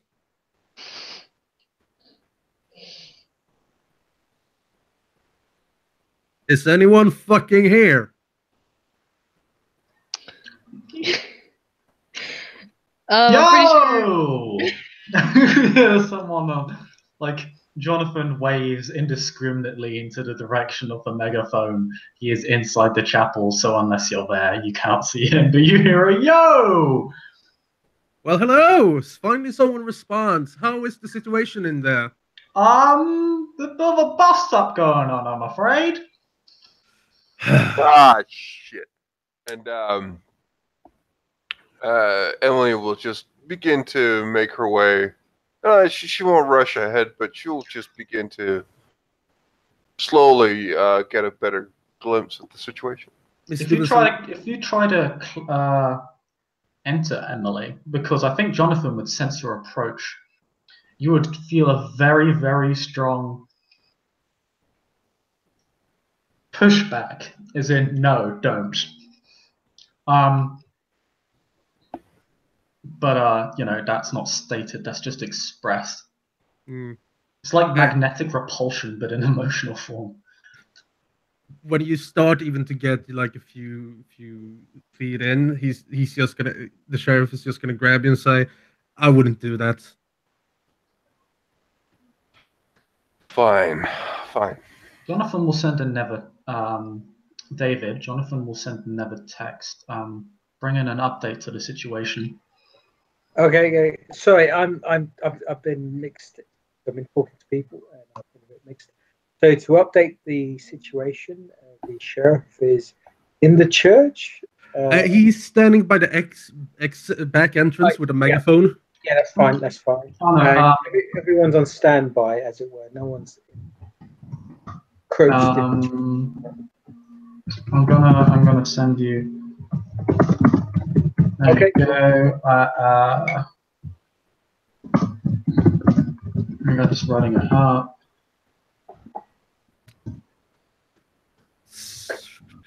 Okay, I need to look at this quickly. Sorry. No worries. Take your time. Oh God, is it? You lined R2 running late. Okay, yes. This is all fine. Right. As you're all speaking, as these sort of messages are going back and forth about, okay, well, cool. Let's go out. The Hound will stop his fight with Astrid. He'll turn around. He'll become more lanky. He'll become more abnormal. His neck kind of thins out and his head becomes longer. And he will actually grab Cassandra. He will lift her off the ground and he'll start to strangle her and crush her throat. And start just speaking, going, "Ugh. Where is it? Where is the blood pool? Where is the key? Tell me, you fucking crone bitch." As he starts to crush her voice. Mr. Hound, I wouldn't do that if I were you. You can hear it, but you're not sure what's going on. You're too far out. I draw claws. As the Hound grabs Cassandra and starts to strangle her, Aiden will reach out for the Hound's arm and he'll try and break the Hound's arm. Oh, so suddenly, yes, the players start to gather on the Hound. We'll simply put this as... Hold on, I just need to check something quite quickly. Astrid's still conscious, or is she just dazed right now? Astrid, you've had a big fight with the Hound. The Hound's bashed you up a bit. You've healed some damage. You've spent some blood points. And the Hound is literally... He's turned into this sort of lanky monster now. He's become his beast is starting to really emerge, and he starts to hold her up with these two hands, and he's strangling her. He's strangling her, and he's crushing the light out. And she's sort of crying out these sort of desperate words and looking to you. And again, it's that look of when she told you she will die tonight. She is going to die tonight. There is no stopping that. But you can still help her, save her. And the Hound is trying this, but his brother tries to stop him. So I think let's make a roll. So we'll simply say the first roll from the night. Lewis, if you give because me Astrid's going to join in on that, seeing her uncle joining in. Oh, actually, if you both join in, I'll make that an automatic success. That's 2 kindred. That's fine. Just get a running start and just ram into him. All right. No, you jump into him, and the brothers stop him. You grab him as well, and he lets go of her. He drops her to the point where she's about to suffocate. She's about to her lung is about to collapse, but she just drops to the floor, and her arm is slightly broken. Her fingernails have been pulled out. And she's breathing desperately. But you jump on the Hound, and the Hound's going, "Ooh, fucking traitors, both of you, traitors! I knew, surrounded by fucking traitors."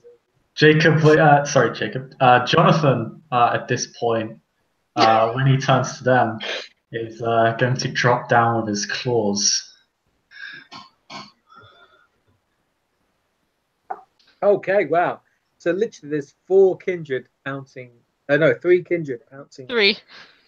Hound at the moment. In what regards are you all just trying to stop him, immobilize him, or? Initially, I was trying to damage his arm so he'd let go of the ghoul. So if he lets go of the ghoul, that means I'm still holding on to his arms. Yeah. So. Yeah, he's let go of the ghoul. So we'll simply say you're all just basically. He's really strong. He's really endurable. So you're all on top of him. You're all trying to hold him down, and he's actually trying to. Again, he's going stronger and larger. The more his beast is frenzying, and the more you honor him, the more the beast is trying to frenzy come out. So he's going larger and bigger, and he's frenzying out. And at this point, one of the ghouls will begin to start shooting at the police, at the cops outside, and gunshots start going off. Oh, you Bastards, you! This is where the scene goes off, and we have ourselves a shootout as the police start shooting, as the ghouls start shooting at you and the police and everyone else around. Gunshots go off everywhere. Bullets are going through the windows, through the archways, through the police cop cars, and as this is all happening, we'll go to each character. Eric, James, your PC, where suddenly gunshots start going off. How do you react? He's just gonna fucking sigh and go back to his police car.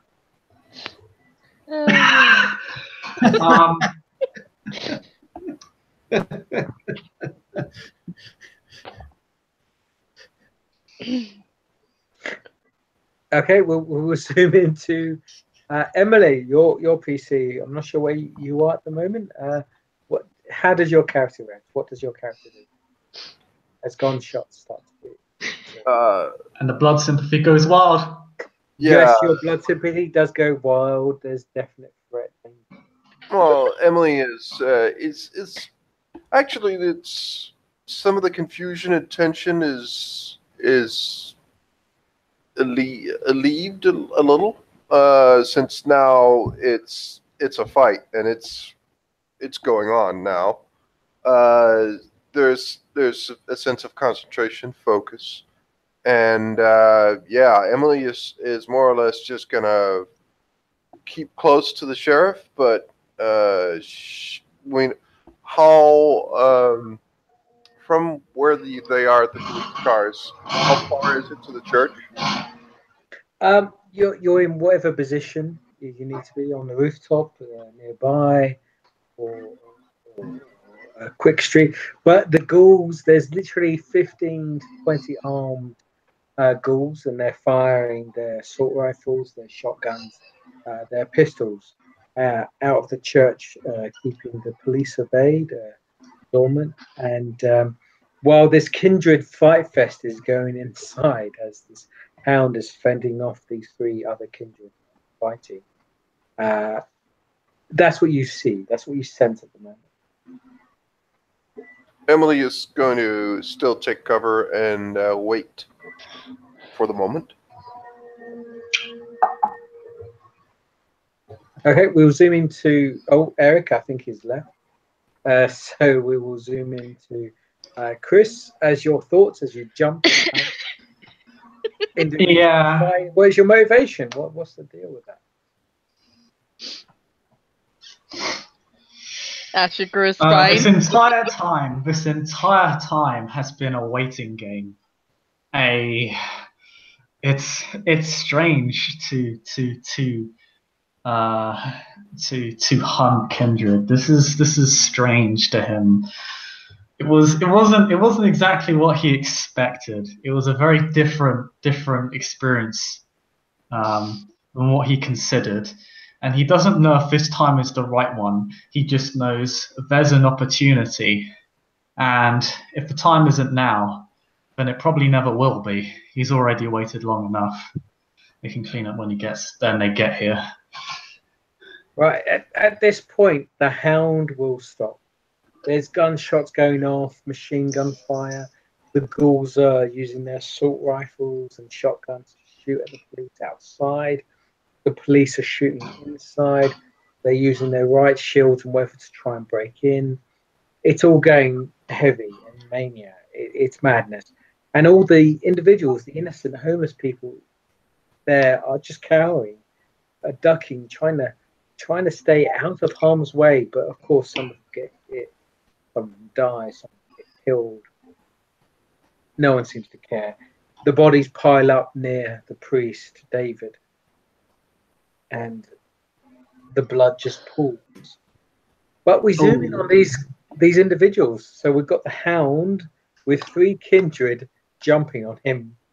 So he has quite enough strength to fend you kind of off. But what are your intentions? What are you trying to do to him? Well, Jonathan is just trying to hamstring him for the others. Okay. He actually, because he's gotten so lanky and tall, and the curse is coming into effect. He's basically trying to hamstring him and cripple him. Okay. But more importantly, he says to Astrid, and the one he affectionately knows as the bookworm.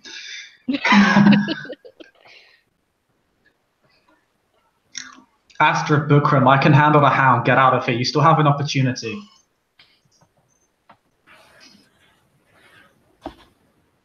He says this. So how does the Astrid and the bookworm respond? Just like blatantly look at him, like still anchoring herself to the ground, just like, you do not. As this, We're not going to be the ones to kill the hound here tonight. You need to get out of here. Shit.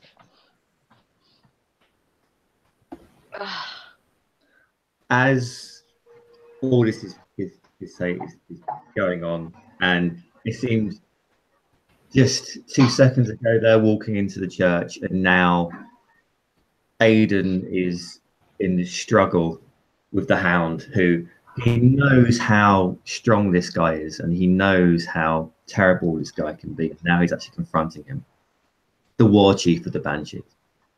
And he looks over at Cassandra, and is she just knocked out now? Is she still? She's not dead. She's near dead.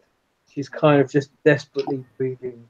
Her sort of windpipe has been crushed, and she's sort of desperately grasping for air.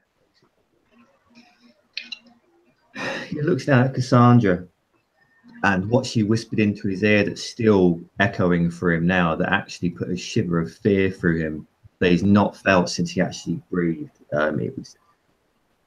And he looks down and he knows that she's a prophet, and he knows that she's of the crone and she's not talking nonsense. And he'll look to his brother. I'm sorry, brother. You've been a good leader. You've been a good war chief and a good hound, but you're wrong. This time you're wrong, and you're going to lead us all into nothing. We can't let this happen, but the least we can do is keep you as part of the fucking family. Astrid. Yeah. Drink, and he's going to bite into his... Ah, shit. Yeah! Ah, shit. Alright, yep, full suit. I'm going to spend 2 blood points and try and rip both of them off. I'm getting back those blood points I spent fighting him. So what does Jonathan do? Jonathan's going to try and viciously tear both of them off with his claws. Well, sorry, try to force them away from feeding on the house. He's going to try to stop them from dabberizing him, because that's Right. All right. Well, this is going to be very difficult. What is the strength of Lewis? Your PC? I'm spending 2 blood to raise my strength. Please by remember my player characters' names, please. I'm called Aidan. Aidan, please forgive me. I said this. Aidan and Astrid. What is your combined strength? My strength. Plus vigor if you have it. Yes. I've got strength 2. I got strength 3. Is that including vigor? No.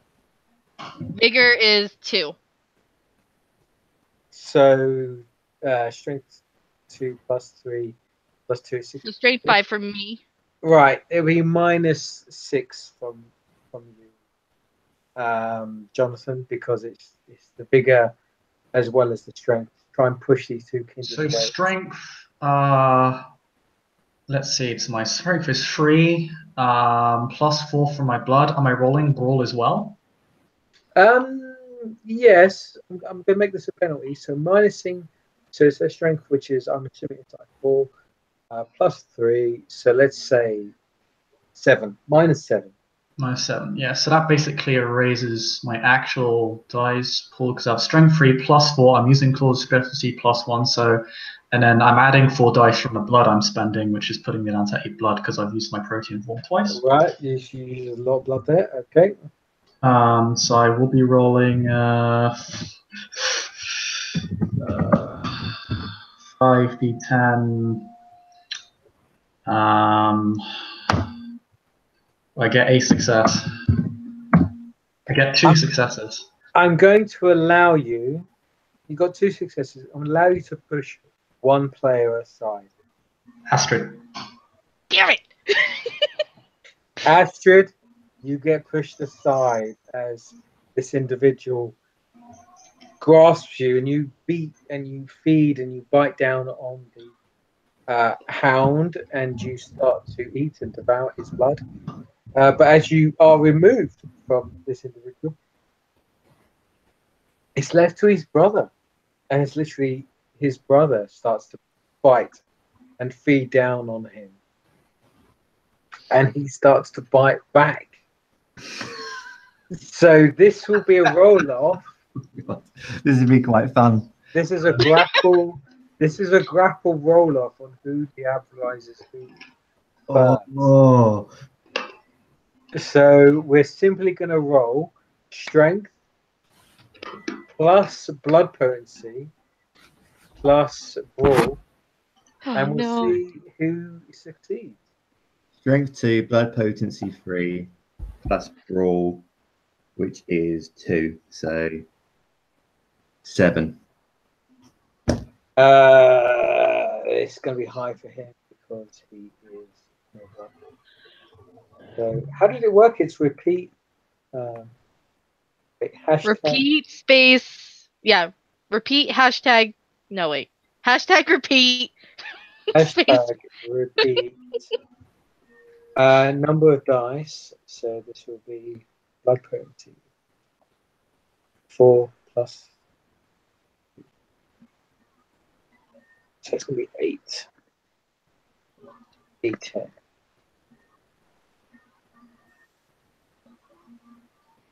Hold on, I'm just now.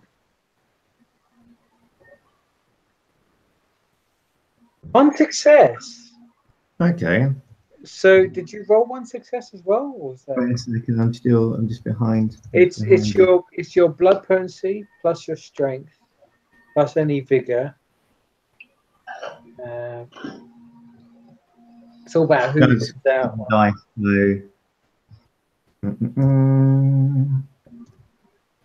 David, I sent you a rash of PMs, most of which are completely pointless. Oh no, I haven't actually. You've read all of them already. I've looked at some. Sorry, I'm so distracted. It was just an update on what's going on. Yes, that will happen. But there's a lot of stuff going on at the moment. I'm trying to keep. Oh no, that's fine. I'm loving it. Yeah. So there's a lot going on. I'm trying to keep up with. So. For some crazy reason, the hashtag isn't working on my fucking keyboard. I get ready. Can you roll? Can someone else roll 7 dice for me?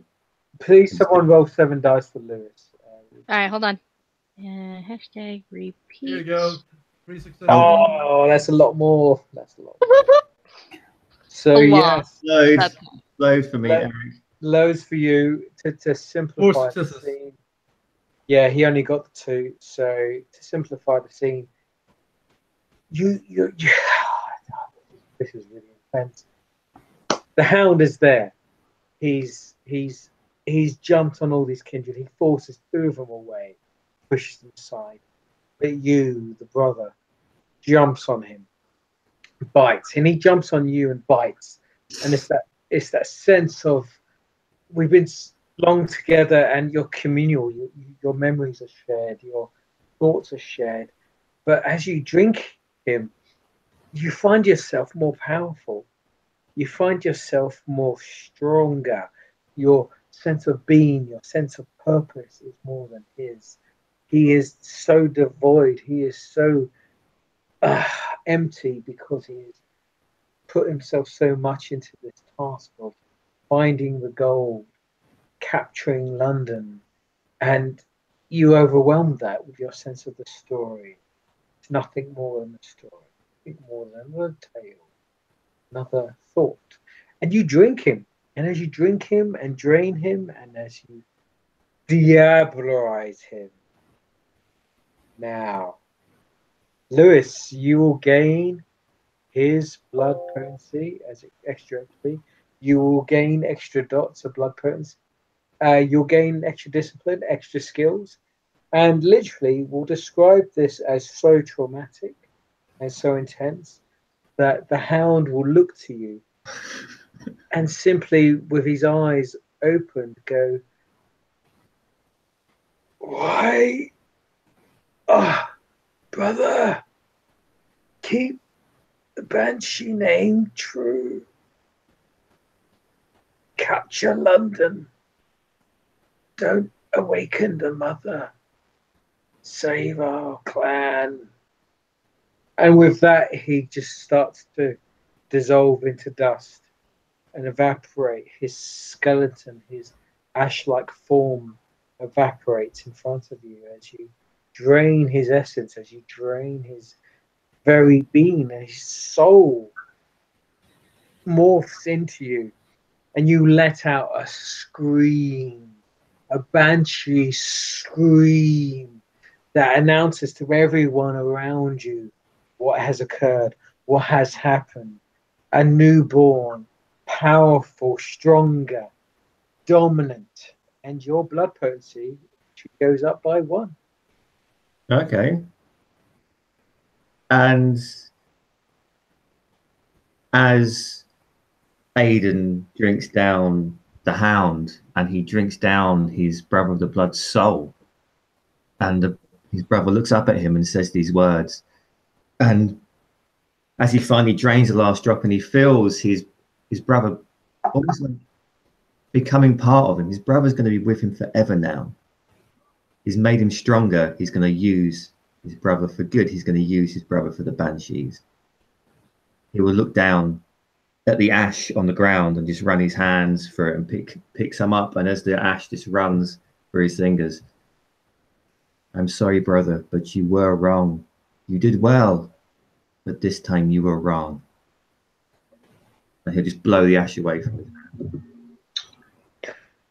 And with that, we still have this scene of the fighting. We still have the scene of all the shootout, the gunfire, the bullets, the ghouls defending the church. They've broken the glass windows, firing the machine guns, the shotguns, the pistols outside, and the police retaliating the fire and responding. So what do our PCs respond? So we'll go to Astrid first, as you felt your sire dying. You felt him going, but you feel your uncle becoming your sire now, becoming more powerful, more dominant. What is your reaction?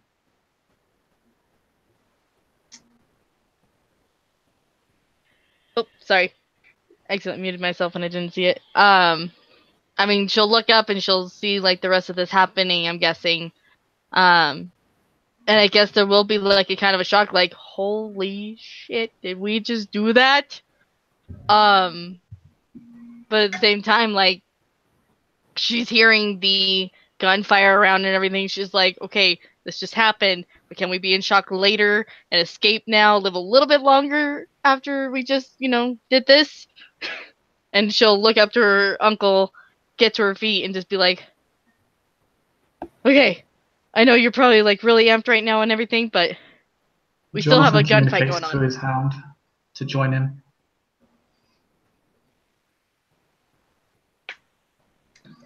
So what does Jonathan do? Jonathan communicates his hound familiar to join him. He also communicates to his familiar to see if he can see with his eyes people he cannot sense with his normal senses, with his vampiric senses. You definitely sense, like, yes, 2 other kindred are observing or looking as the police are firing, sieging the church and decimating it. Bullets are literally, there's gunfire going back and forth. The church was already decayed, and now it's become completely ruined. It's become desolate as gunfire has crippled the whole establishment. But we're zooming to our other 2 PCs, Emily and James, as you're kind of feeling, you sense your beasts, you sense something has happened. You sense another kindred has been devoured, eaten, consumed within the establishment. And you sense ghouls being eliminated, evaporated. You're on the winning side. The police are winning. They're killing. They're destroying. What are your thoughts and feelings? James will turn to Miss Stevenson. All right, I think it's time we go in and finish this shit up. Yeah, we need to get inside, like, real fucking quick and make sure that police don't kill everyone in there. How do we do this? How do we get in there? Do we just... He takes up his radio again and says, "I'm going in. Lay down some covering fire, would you kindly?" The police just acknowledge, nod, and confirm. All right, we've got a professional going in, covering fire, police helicopter riding, etc., etc. And literally, you are both led in via helicopter to jump in. To the roof, I guess. What? Explain away. Explain away. Go for it.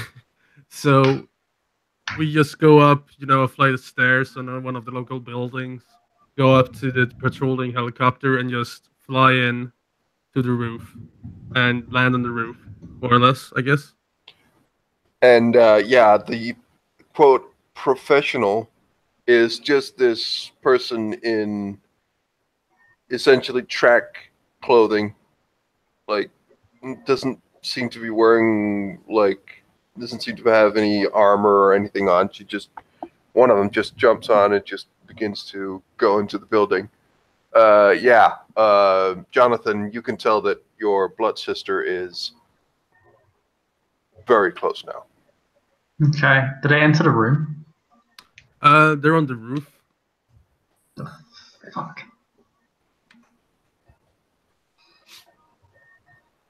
I don't know. Is there a way in? Because if not, then Emily will make a room. Easy enough. You make your way through. Whatever you want to happen. Yeah. We bust through the, one of the windows on the top floor, and go down in through that way or something like that. So just to remind players, as these individuals crash through the ceiling, we're dealt with the scene of a kindred who's just been devoured, diabolized. He's nothing more than ash and bones at the floor at the moment. The church has been destroyed interiorly and exteriorly. There's gunshots and machine gun fire coming through, and the sense of by the way, Cassandra is unconscious. She's not dead, but near death. She's just on the floor. The windpipe has been somewhat crushed, and she's on the floor near the ashes of the hound. And I will leave you with this scene as these other individuals jump in.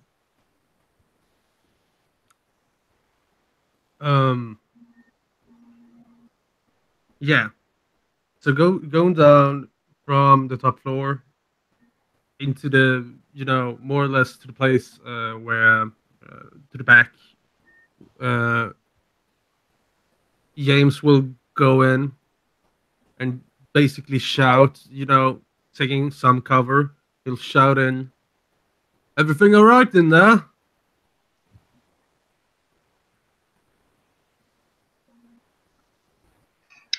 Jonathan removes himself from Astrid, considering he was the one restraining her to begin with, and just kind of says to her as he kind of releases her and walks past her. He says, "Get out of here! Get out of here now, or you're not going to live to see the rest." And he'll just walk, kind of like, towards the walkway, presumably where the hound died, where there's a dying Cassandra and Aiden, and the ashes of the hound, and just says, "You fooled me twice.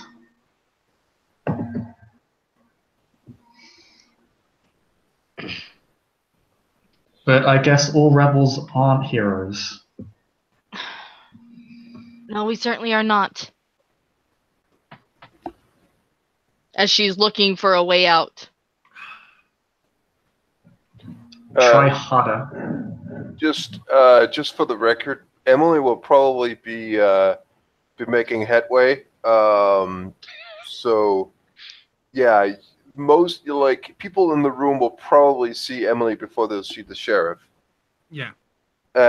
So they will see this. For those who haven't, well, I think Astrid hasn't seen her before. No. This is our first meeting scene. Yeah, fairly tall for a woman. It's clear that she's somewhat built, trained, and she's relatively good looking. But she just busts into the room, just looks around, looks to the dying person, and more or less just shoots over to the dying person lying on the ground. No, no. The sheriff comes in as well and does exactly the same. Okay, so these two individuals just simply go near, and they approach the woman who's sort of dying, like really close to dying, and the hound was literally about to rip her throat out, about to remove any life from her, and she's just breathing very heavily now. She's gasping for every breath. I'm just gonna stick my finger in her mouth and will blood into her. Oh yes, very good. She drinks. And I'm just gonna pick her up when she does that and say, "Okay, I'm out of here," and I'm gonna celerity out. Are you gonna celerity out with her? I'm gonna celerity to the door and say into the radio, "I'm coming out backside. Don't shoot me." Now, because there are other people here with celerity, so we have to. You'd also be passing directly through Jonathan because he's more or less down the walkway, towards the main back end. It's going to be difficult if you're going to. I'm assuming you're trying That's to true. her up and leave, and you're going to spend a blood point to create an extra action this scene, which is fine. But there are other people here who could spend a blood point. I'm gonna spend two. I'm gonna spend 2 blood points. 1 blood point for the extra action, and 1 blood point for actually, running really fast. That doubles your movement. Again, there are people here with celerity. Yeah, just saying. Well, so yeah, that's fine. That's fine. So 2 blood points for you. So we'll zoom into the other individuals in the room as he suddenly does this and tries to speed off. Anyone with celerity, you may respawn. Hell yeah. Don't just waltz in here and take the person. Okay. So what if your celerity 1, that's blood point, double your movement. And celerity 2 is perform an extra action this scene. If you have it, what is your celerity? 1. No, he's ahead of you. You may double your movement. Yeah, in either case, he's ahead of you. So he grabs her, looks at her very calmly, and then speeds off. And you speed after him, but he is quicker than you. He is faster than you. You're still behind him, though, and you may still spend blood points to try to chase after him or keep in tow with him. But no, she'll stop once he gets out the door and she knows that the police are still out there and will open up on her. It'll be no, get my uncle out. He just diablerized somebody. At this point, we'll simply say, as you're about to chase after him, he looks back with her in his arms and smiling, gesturing, nodding. And at this point, we hear a noise, a sound. We hear the praying, hymns being sung. Ah, holy. What the fuck? And as this sound is progressing, suddenly you are dealt with a scene where all the police, all the individuals in front of you, mortals, homeless, everyone who's afraid, who's scared, the cops, the individuals, the ghouls even, who are defending the establishment, they all begin to sort of the head get heavy, and their thoughts get blurred, and as they become more zombie-like, they sort to begin to fall asleep almost, or just become drowsy or unaware. And as this happens, you just simply sort of hear these words speak out quite loudly from across the street, from across the church outwards.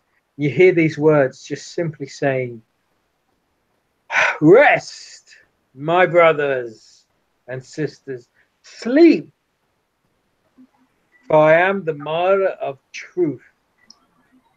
I will save you from these fiends. Sleep low, sleep comfort. May I speak it, and so it be so." And with this, you see this individual's face.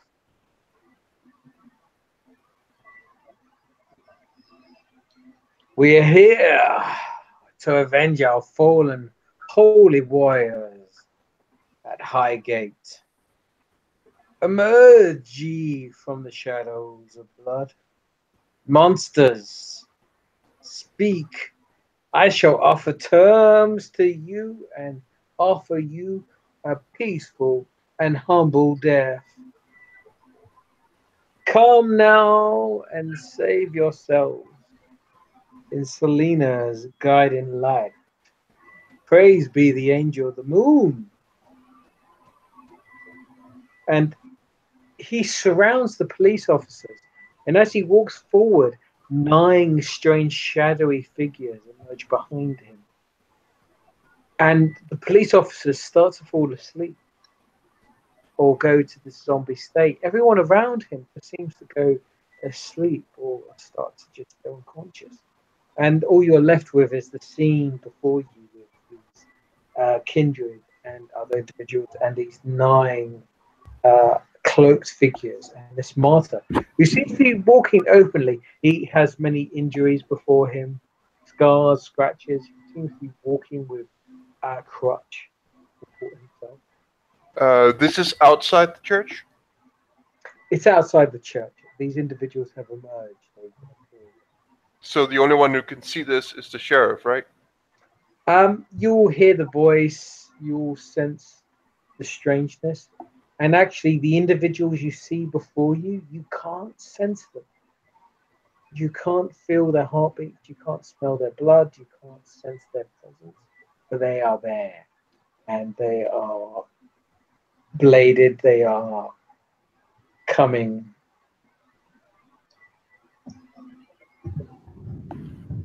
Important question here right now. Which side of the church are these fuckers on? The front. There's Okay. the left side, right side of the church, and the front side. Okay, so I can't see them. So yeah, I'm on the back side. I'm just getting in the car, driving away.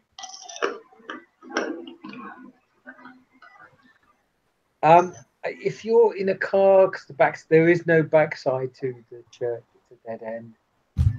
So you are. That is wrong. You said there was a backside. There is a backside, but it's just basically an alleyway, empty way. It's not an exit. It's a place to hide. It's a place to speak. You need to get out. Dave, I'm gonna stop you here because that is bullshit. Okay, all right. Well, if you want to end it with you and Cassandra leaving, I'm happy to. Because you said you can enter through the backside, and there's been nothing about that at all. So All right, all right. Fair enough. Fair enough. Okay. Well, for simple sake, yes, you may exit. You and Cassandra can leave, and you leave via the backside. But for the rest of the PCs, you're left in the scene with this church and these individuals approaching the church in front of you. Well, Jonathan will just take out his rat tail and return to the banisters.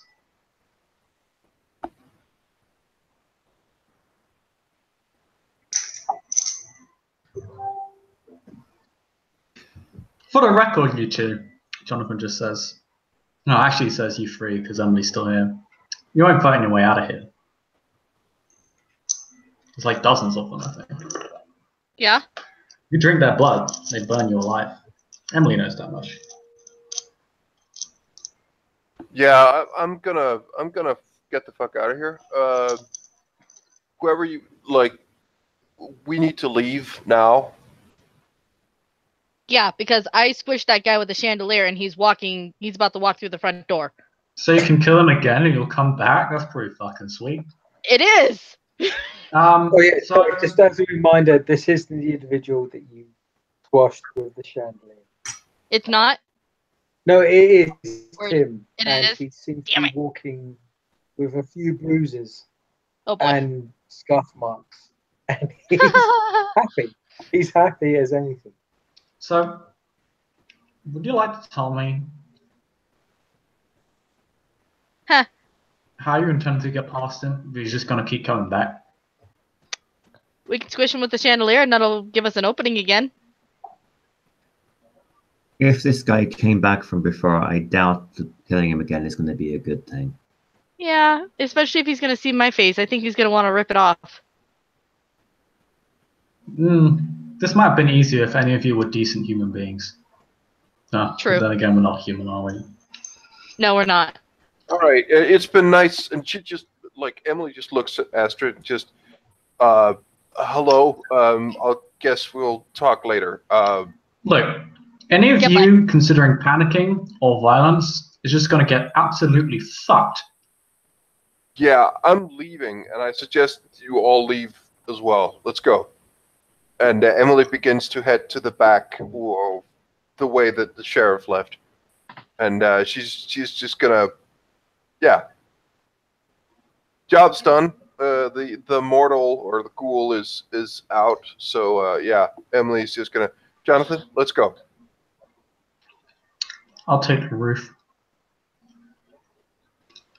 Fine. Uncle? Back door? Soul Eater. Okay, wasn't there? We didn't have the option of going out the back, did we? It's, I thought it was just an isolated, like.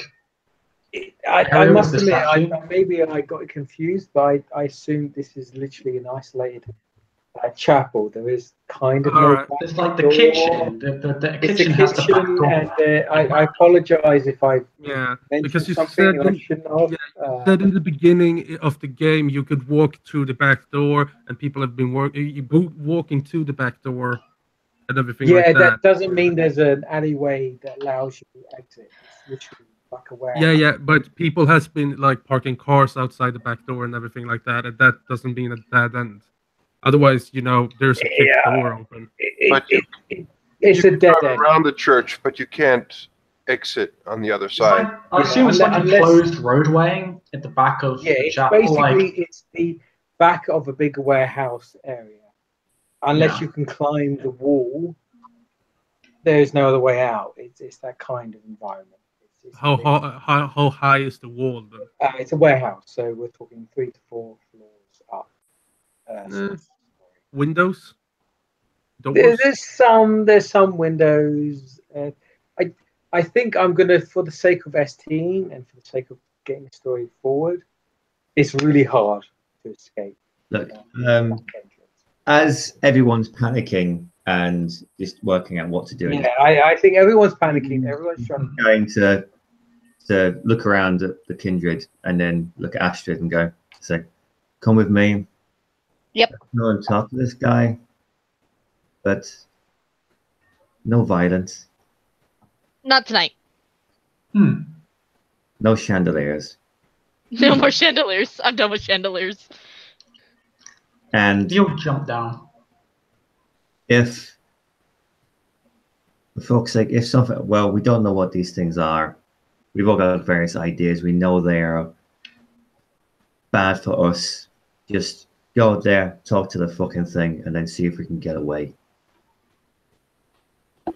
Jumps back down from the banisters. Emily just stops and just looks at Jonathan. Come on, Jonathan. Let's go. Let's get out of here. I'm walking out. Good. So, What, am what, I out- assuming like 4 kindred front are door? approaching? Yeah. Like she looks at Jonathan and asks him if he's going out the front door. He's going out the front door with 2 banshees. Are you? What the fuck are you doing? That's a very good question. I see no one's been able to answer it adequately, which suits me just fine. Look, no one's actually spoken to these things properly yet. Maybe we can get something out of it. And from what that... Maybe you should have done that then before hitting them with a fucking chandelier. That was a little bit different. Perhaps it was a bit aggressive to begin with. I'll give you that, but still. I thought it was a brilliant plan. Okay, But- then Emily is gonna not follow them, but she's gonna stay a bit behind, but just look at what's gonna go down. Jonathan's dog will join them on the way. So you have like a happy little familiar just going. To describe the scene, you all kind of emerge from the church, and you all kind of walk out, and the police are sort of somewhat unconscious, or asleep, and the ghouls, these banshee ghouls, some of them are awake, some of them are dead, some of them are conscious. Johnny, of course, Joey, he's still behind you. They all emerge behind you with their guns raised, expecting to. They are pointing their guns at a certain kindred because they just diabolize his master and they think they want to kill him, but at the same time they love him, and it's very confusing. They're not sure what to do, so they just presume to protect. And it's literally only 3 of them left. You're presented at the scene with all these cops, and it's really surreal. The alarm's all dead, the lights are all off, the electricity down. Everyone seems to be asleep or unconscious or not aware. And all you can see are these 9 individuals, these shadowy sort of figures who are marked with ruins and markings, and they are spread out and they seem to be covered. But the enlightened individual, the martyr, the speaker of truth, walks towards you. Again, has his leg in bandages or his leg in plastering, and he seems to be limping towards you, and his neck is in a cast as well, and he's got a bruised eye, bruised lip, and he still seems to be smoking. He walks towards you, simply crying out, "Oh, it's been a while since I've seen you, brothers and sisters. Oh, last time I saw you, my dear, you dropped a chandelier on my head."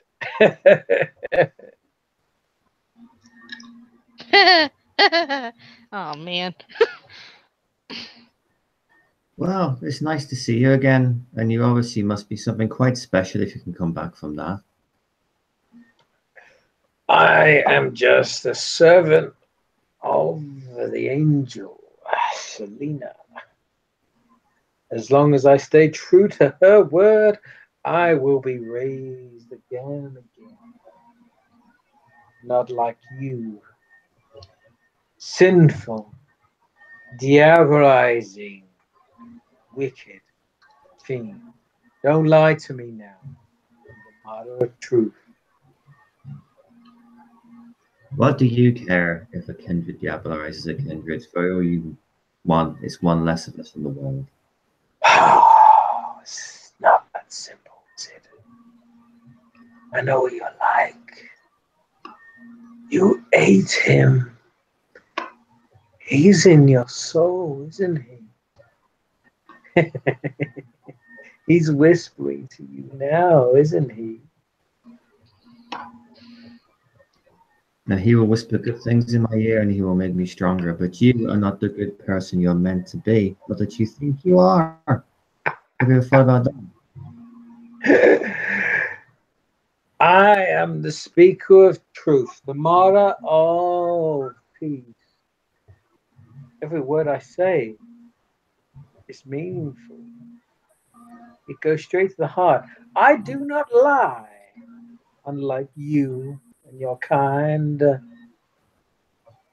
that right, Jonathan?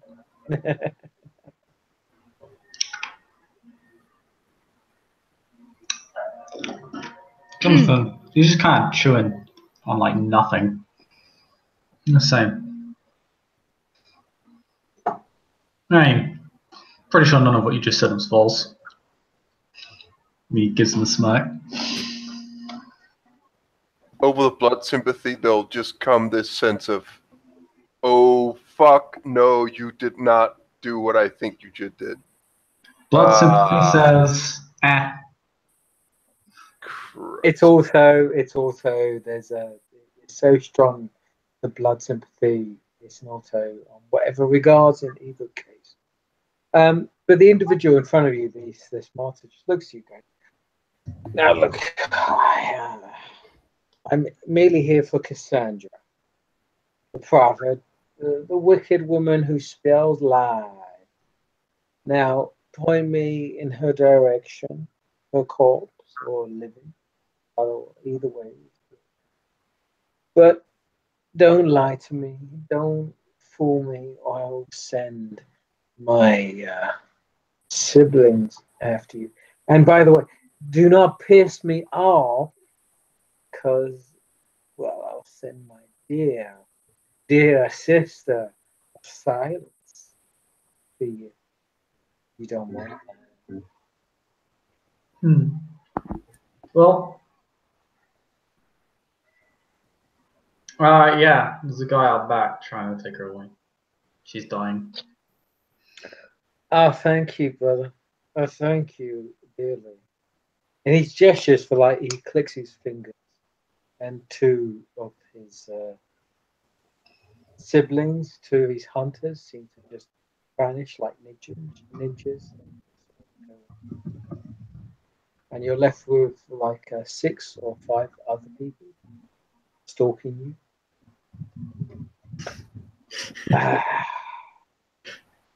I thank you for that, brother.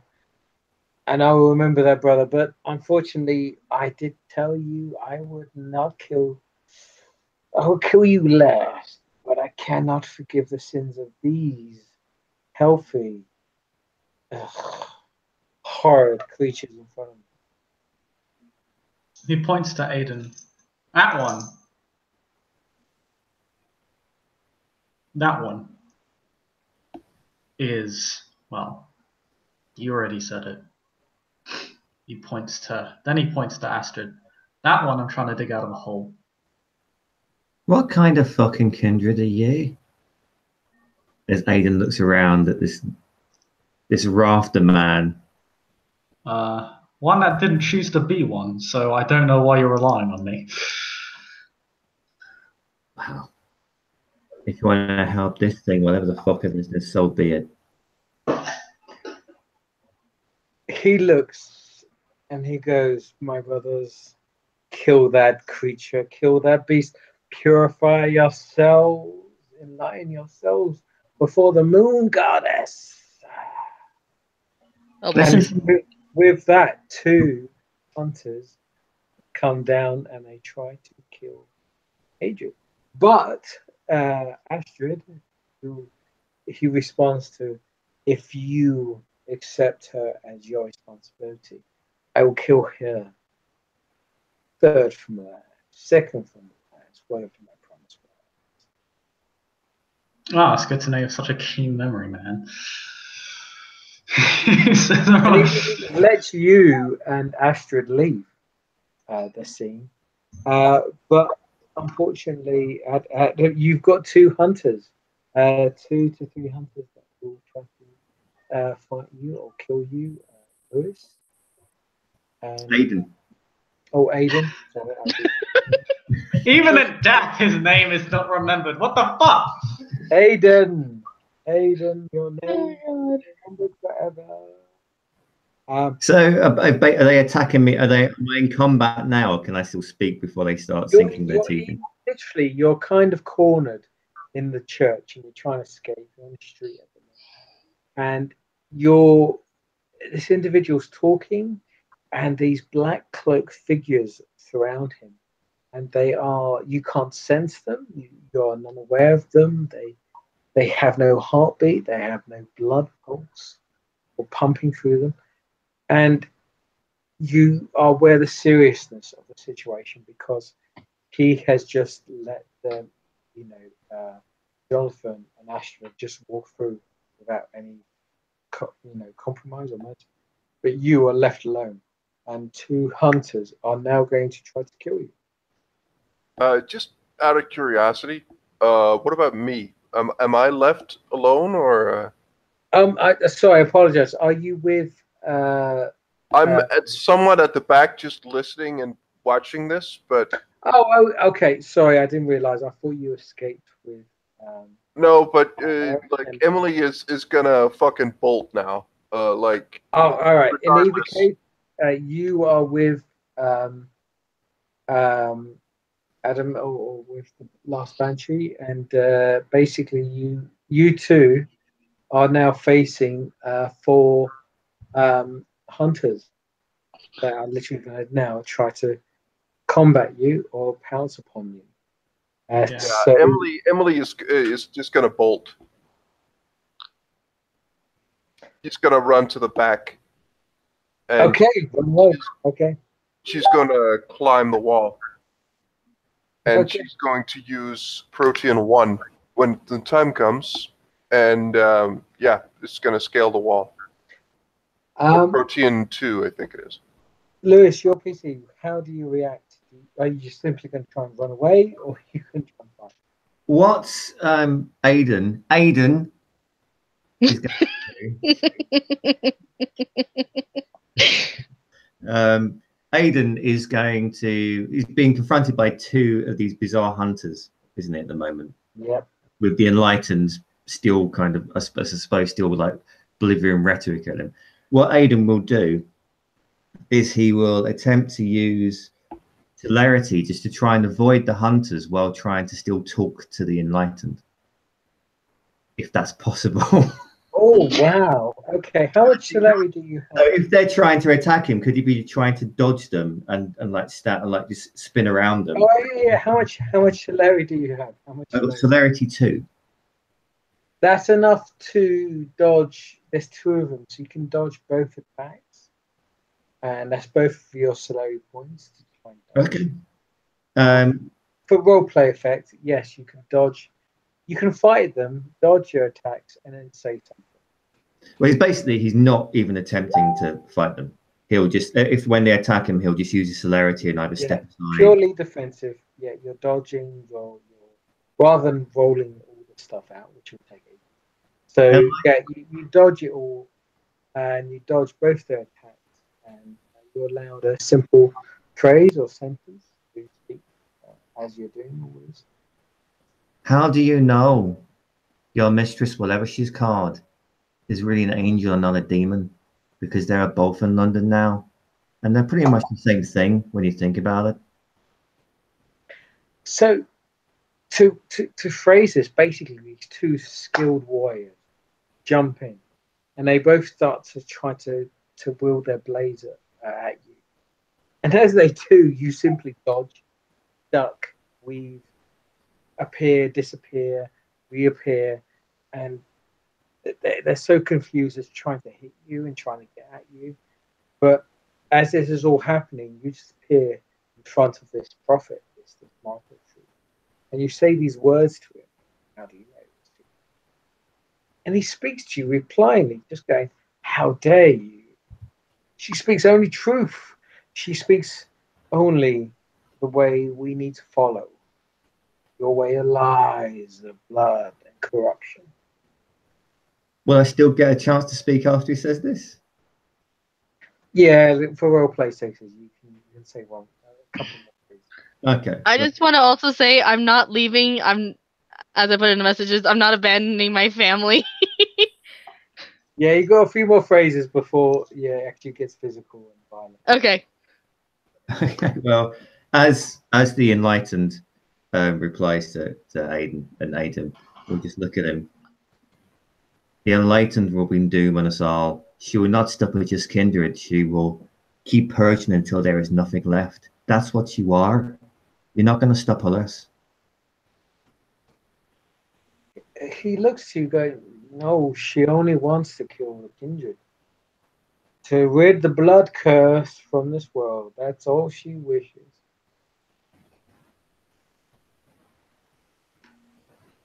Speak. Sorry, what she wishes to kill all the kindred from the world. Purge the blood curse from this place. That's all she wishes. She will keep purging until there is nothing. Her moon will bring the great floods. If the kindred win, the world will burn. That's what our prophet He said to pauses. us. He pauses at that. He really pauses, as if he has heard that. He has seen it himself. That's a false prophecy. That's Cassandra's prophecy, false and fake. There is no floods. There will be no great wash. Only the riddance of your kind, the riddance of your blood from this plane. That's all. And mortals shall reign above. And and and I'm the speaker of truth.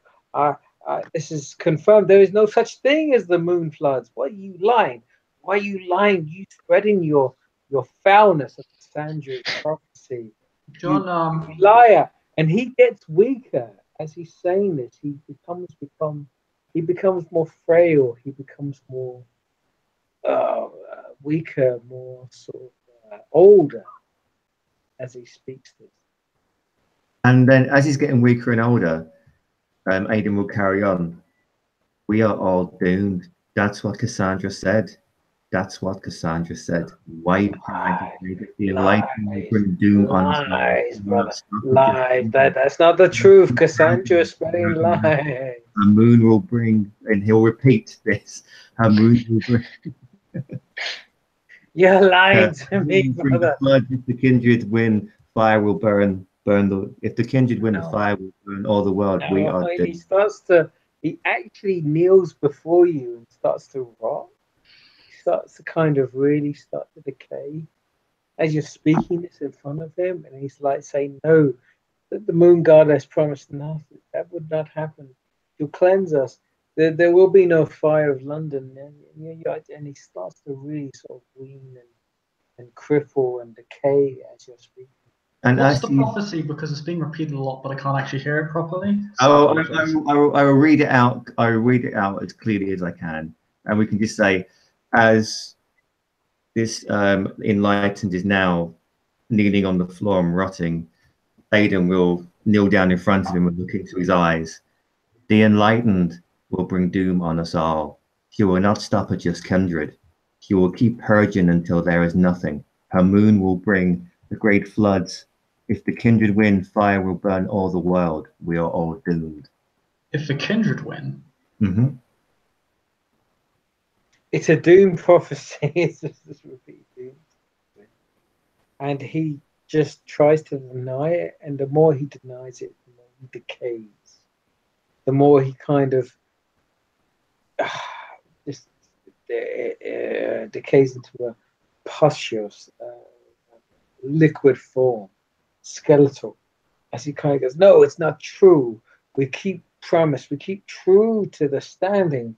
We will condemn the blood. We'll purge the blood, and we will be true. Your mission is to protect humans. I am human. We are human. But if there was Clearly ever not a if you point where survive a, Selena were to chandelier turn on falling. them, would you stop her? Would you stand up and say no? He tries to reach up.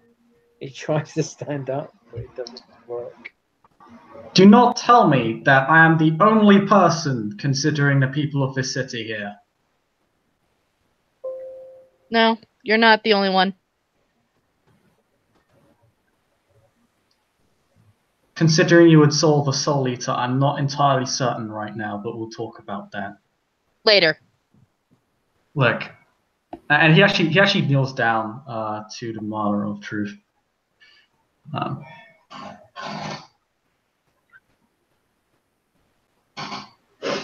You know me. You can trust me. If you're the Martyr of Truth, you'll tell me.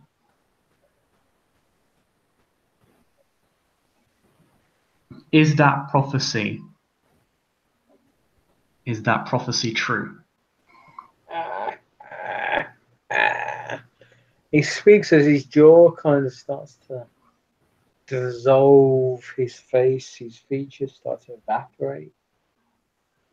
And he speaks like, "Oh, you got me. Only takes one moment of doubt, and that's it, I'm gone. But my sister, my brother of truth, they'll keep going for you." But just because you doubt, that doesn't make it true or false. Is it true? Do you believe it or not? That's how this world works, brother. It's all about what you believe in, whether it be a lie or false. Doesn't matter. God only sees what's true.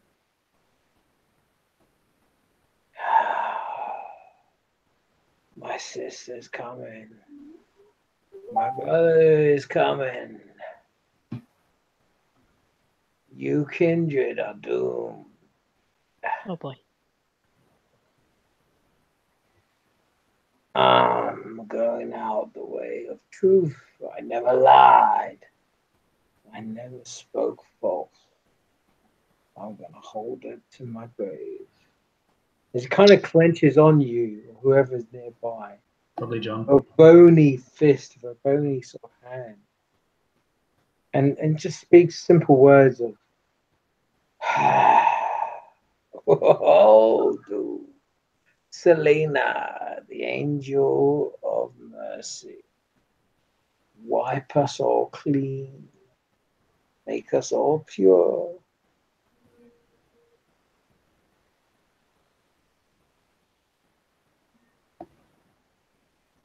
She better.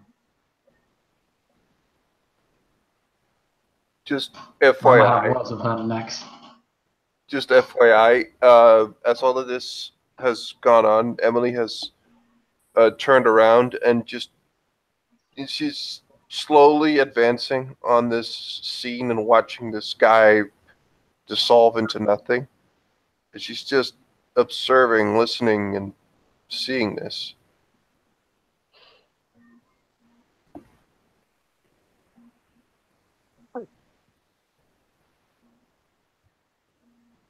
And Astrid's kind of doing the same, just like standing behind her uncle.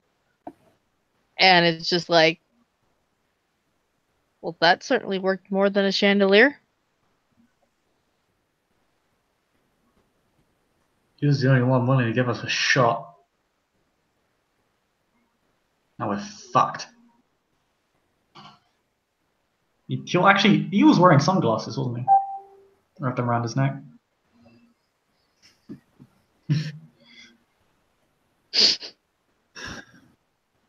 Are you taking sunglasses? He'll take them as a memento. He'll need to give them back to his brothers and sisters. So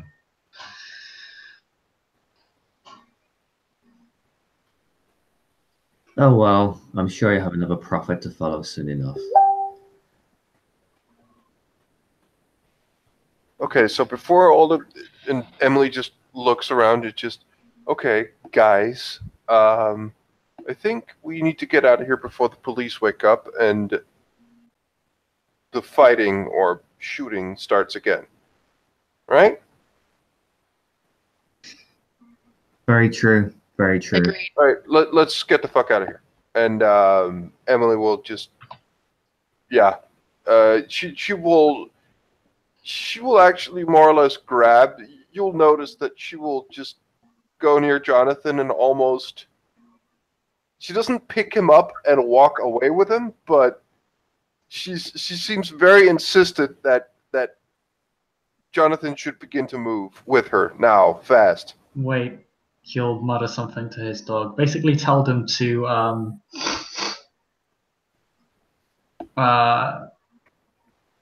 he basically tells his dog to find all the scrubby, dirty, vagrant humans and get them to and pile them up in a safe place away from the boomstick men.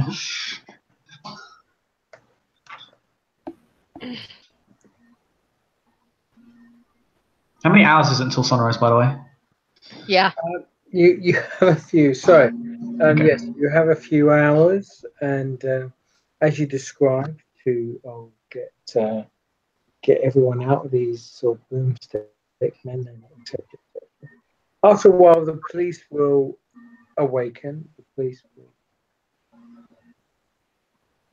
emerge upon the scene, and they'll carry on shooting. And not only carry on shooting, the ghouls will awaken. Other individuals, they'll carry on waking, they'll carry on shooting. And more people will die, more people will suffer. And this will all be reported as another gang criminal offense scene. More ghouls will die. The only individual that escapes is Jerry, and he seems to escape through a sort of back entrance.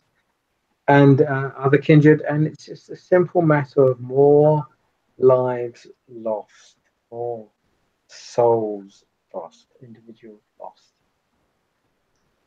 And though the clans, though kindred politics have moved on, the mortals have suffered more and more. And with that, we'll happily end scene. Thank you for watching. We hope you enjoyed this show.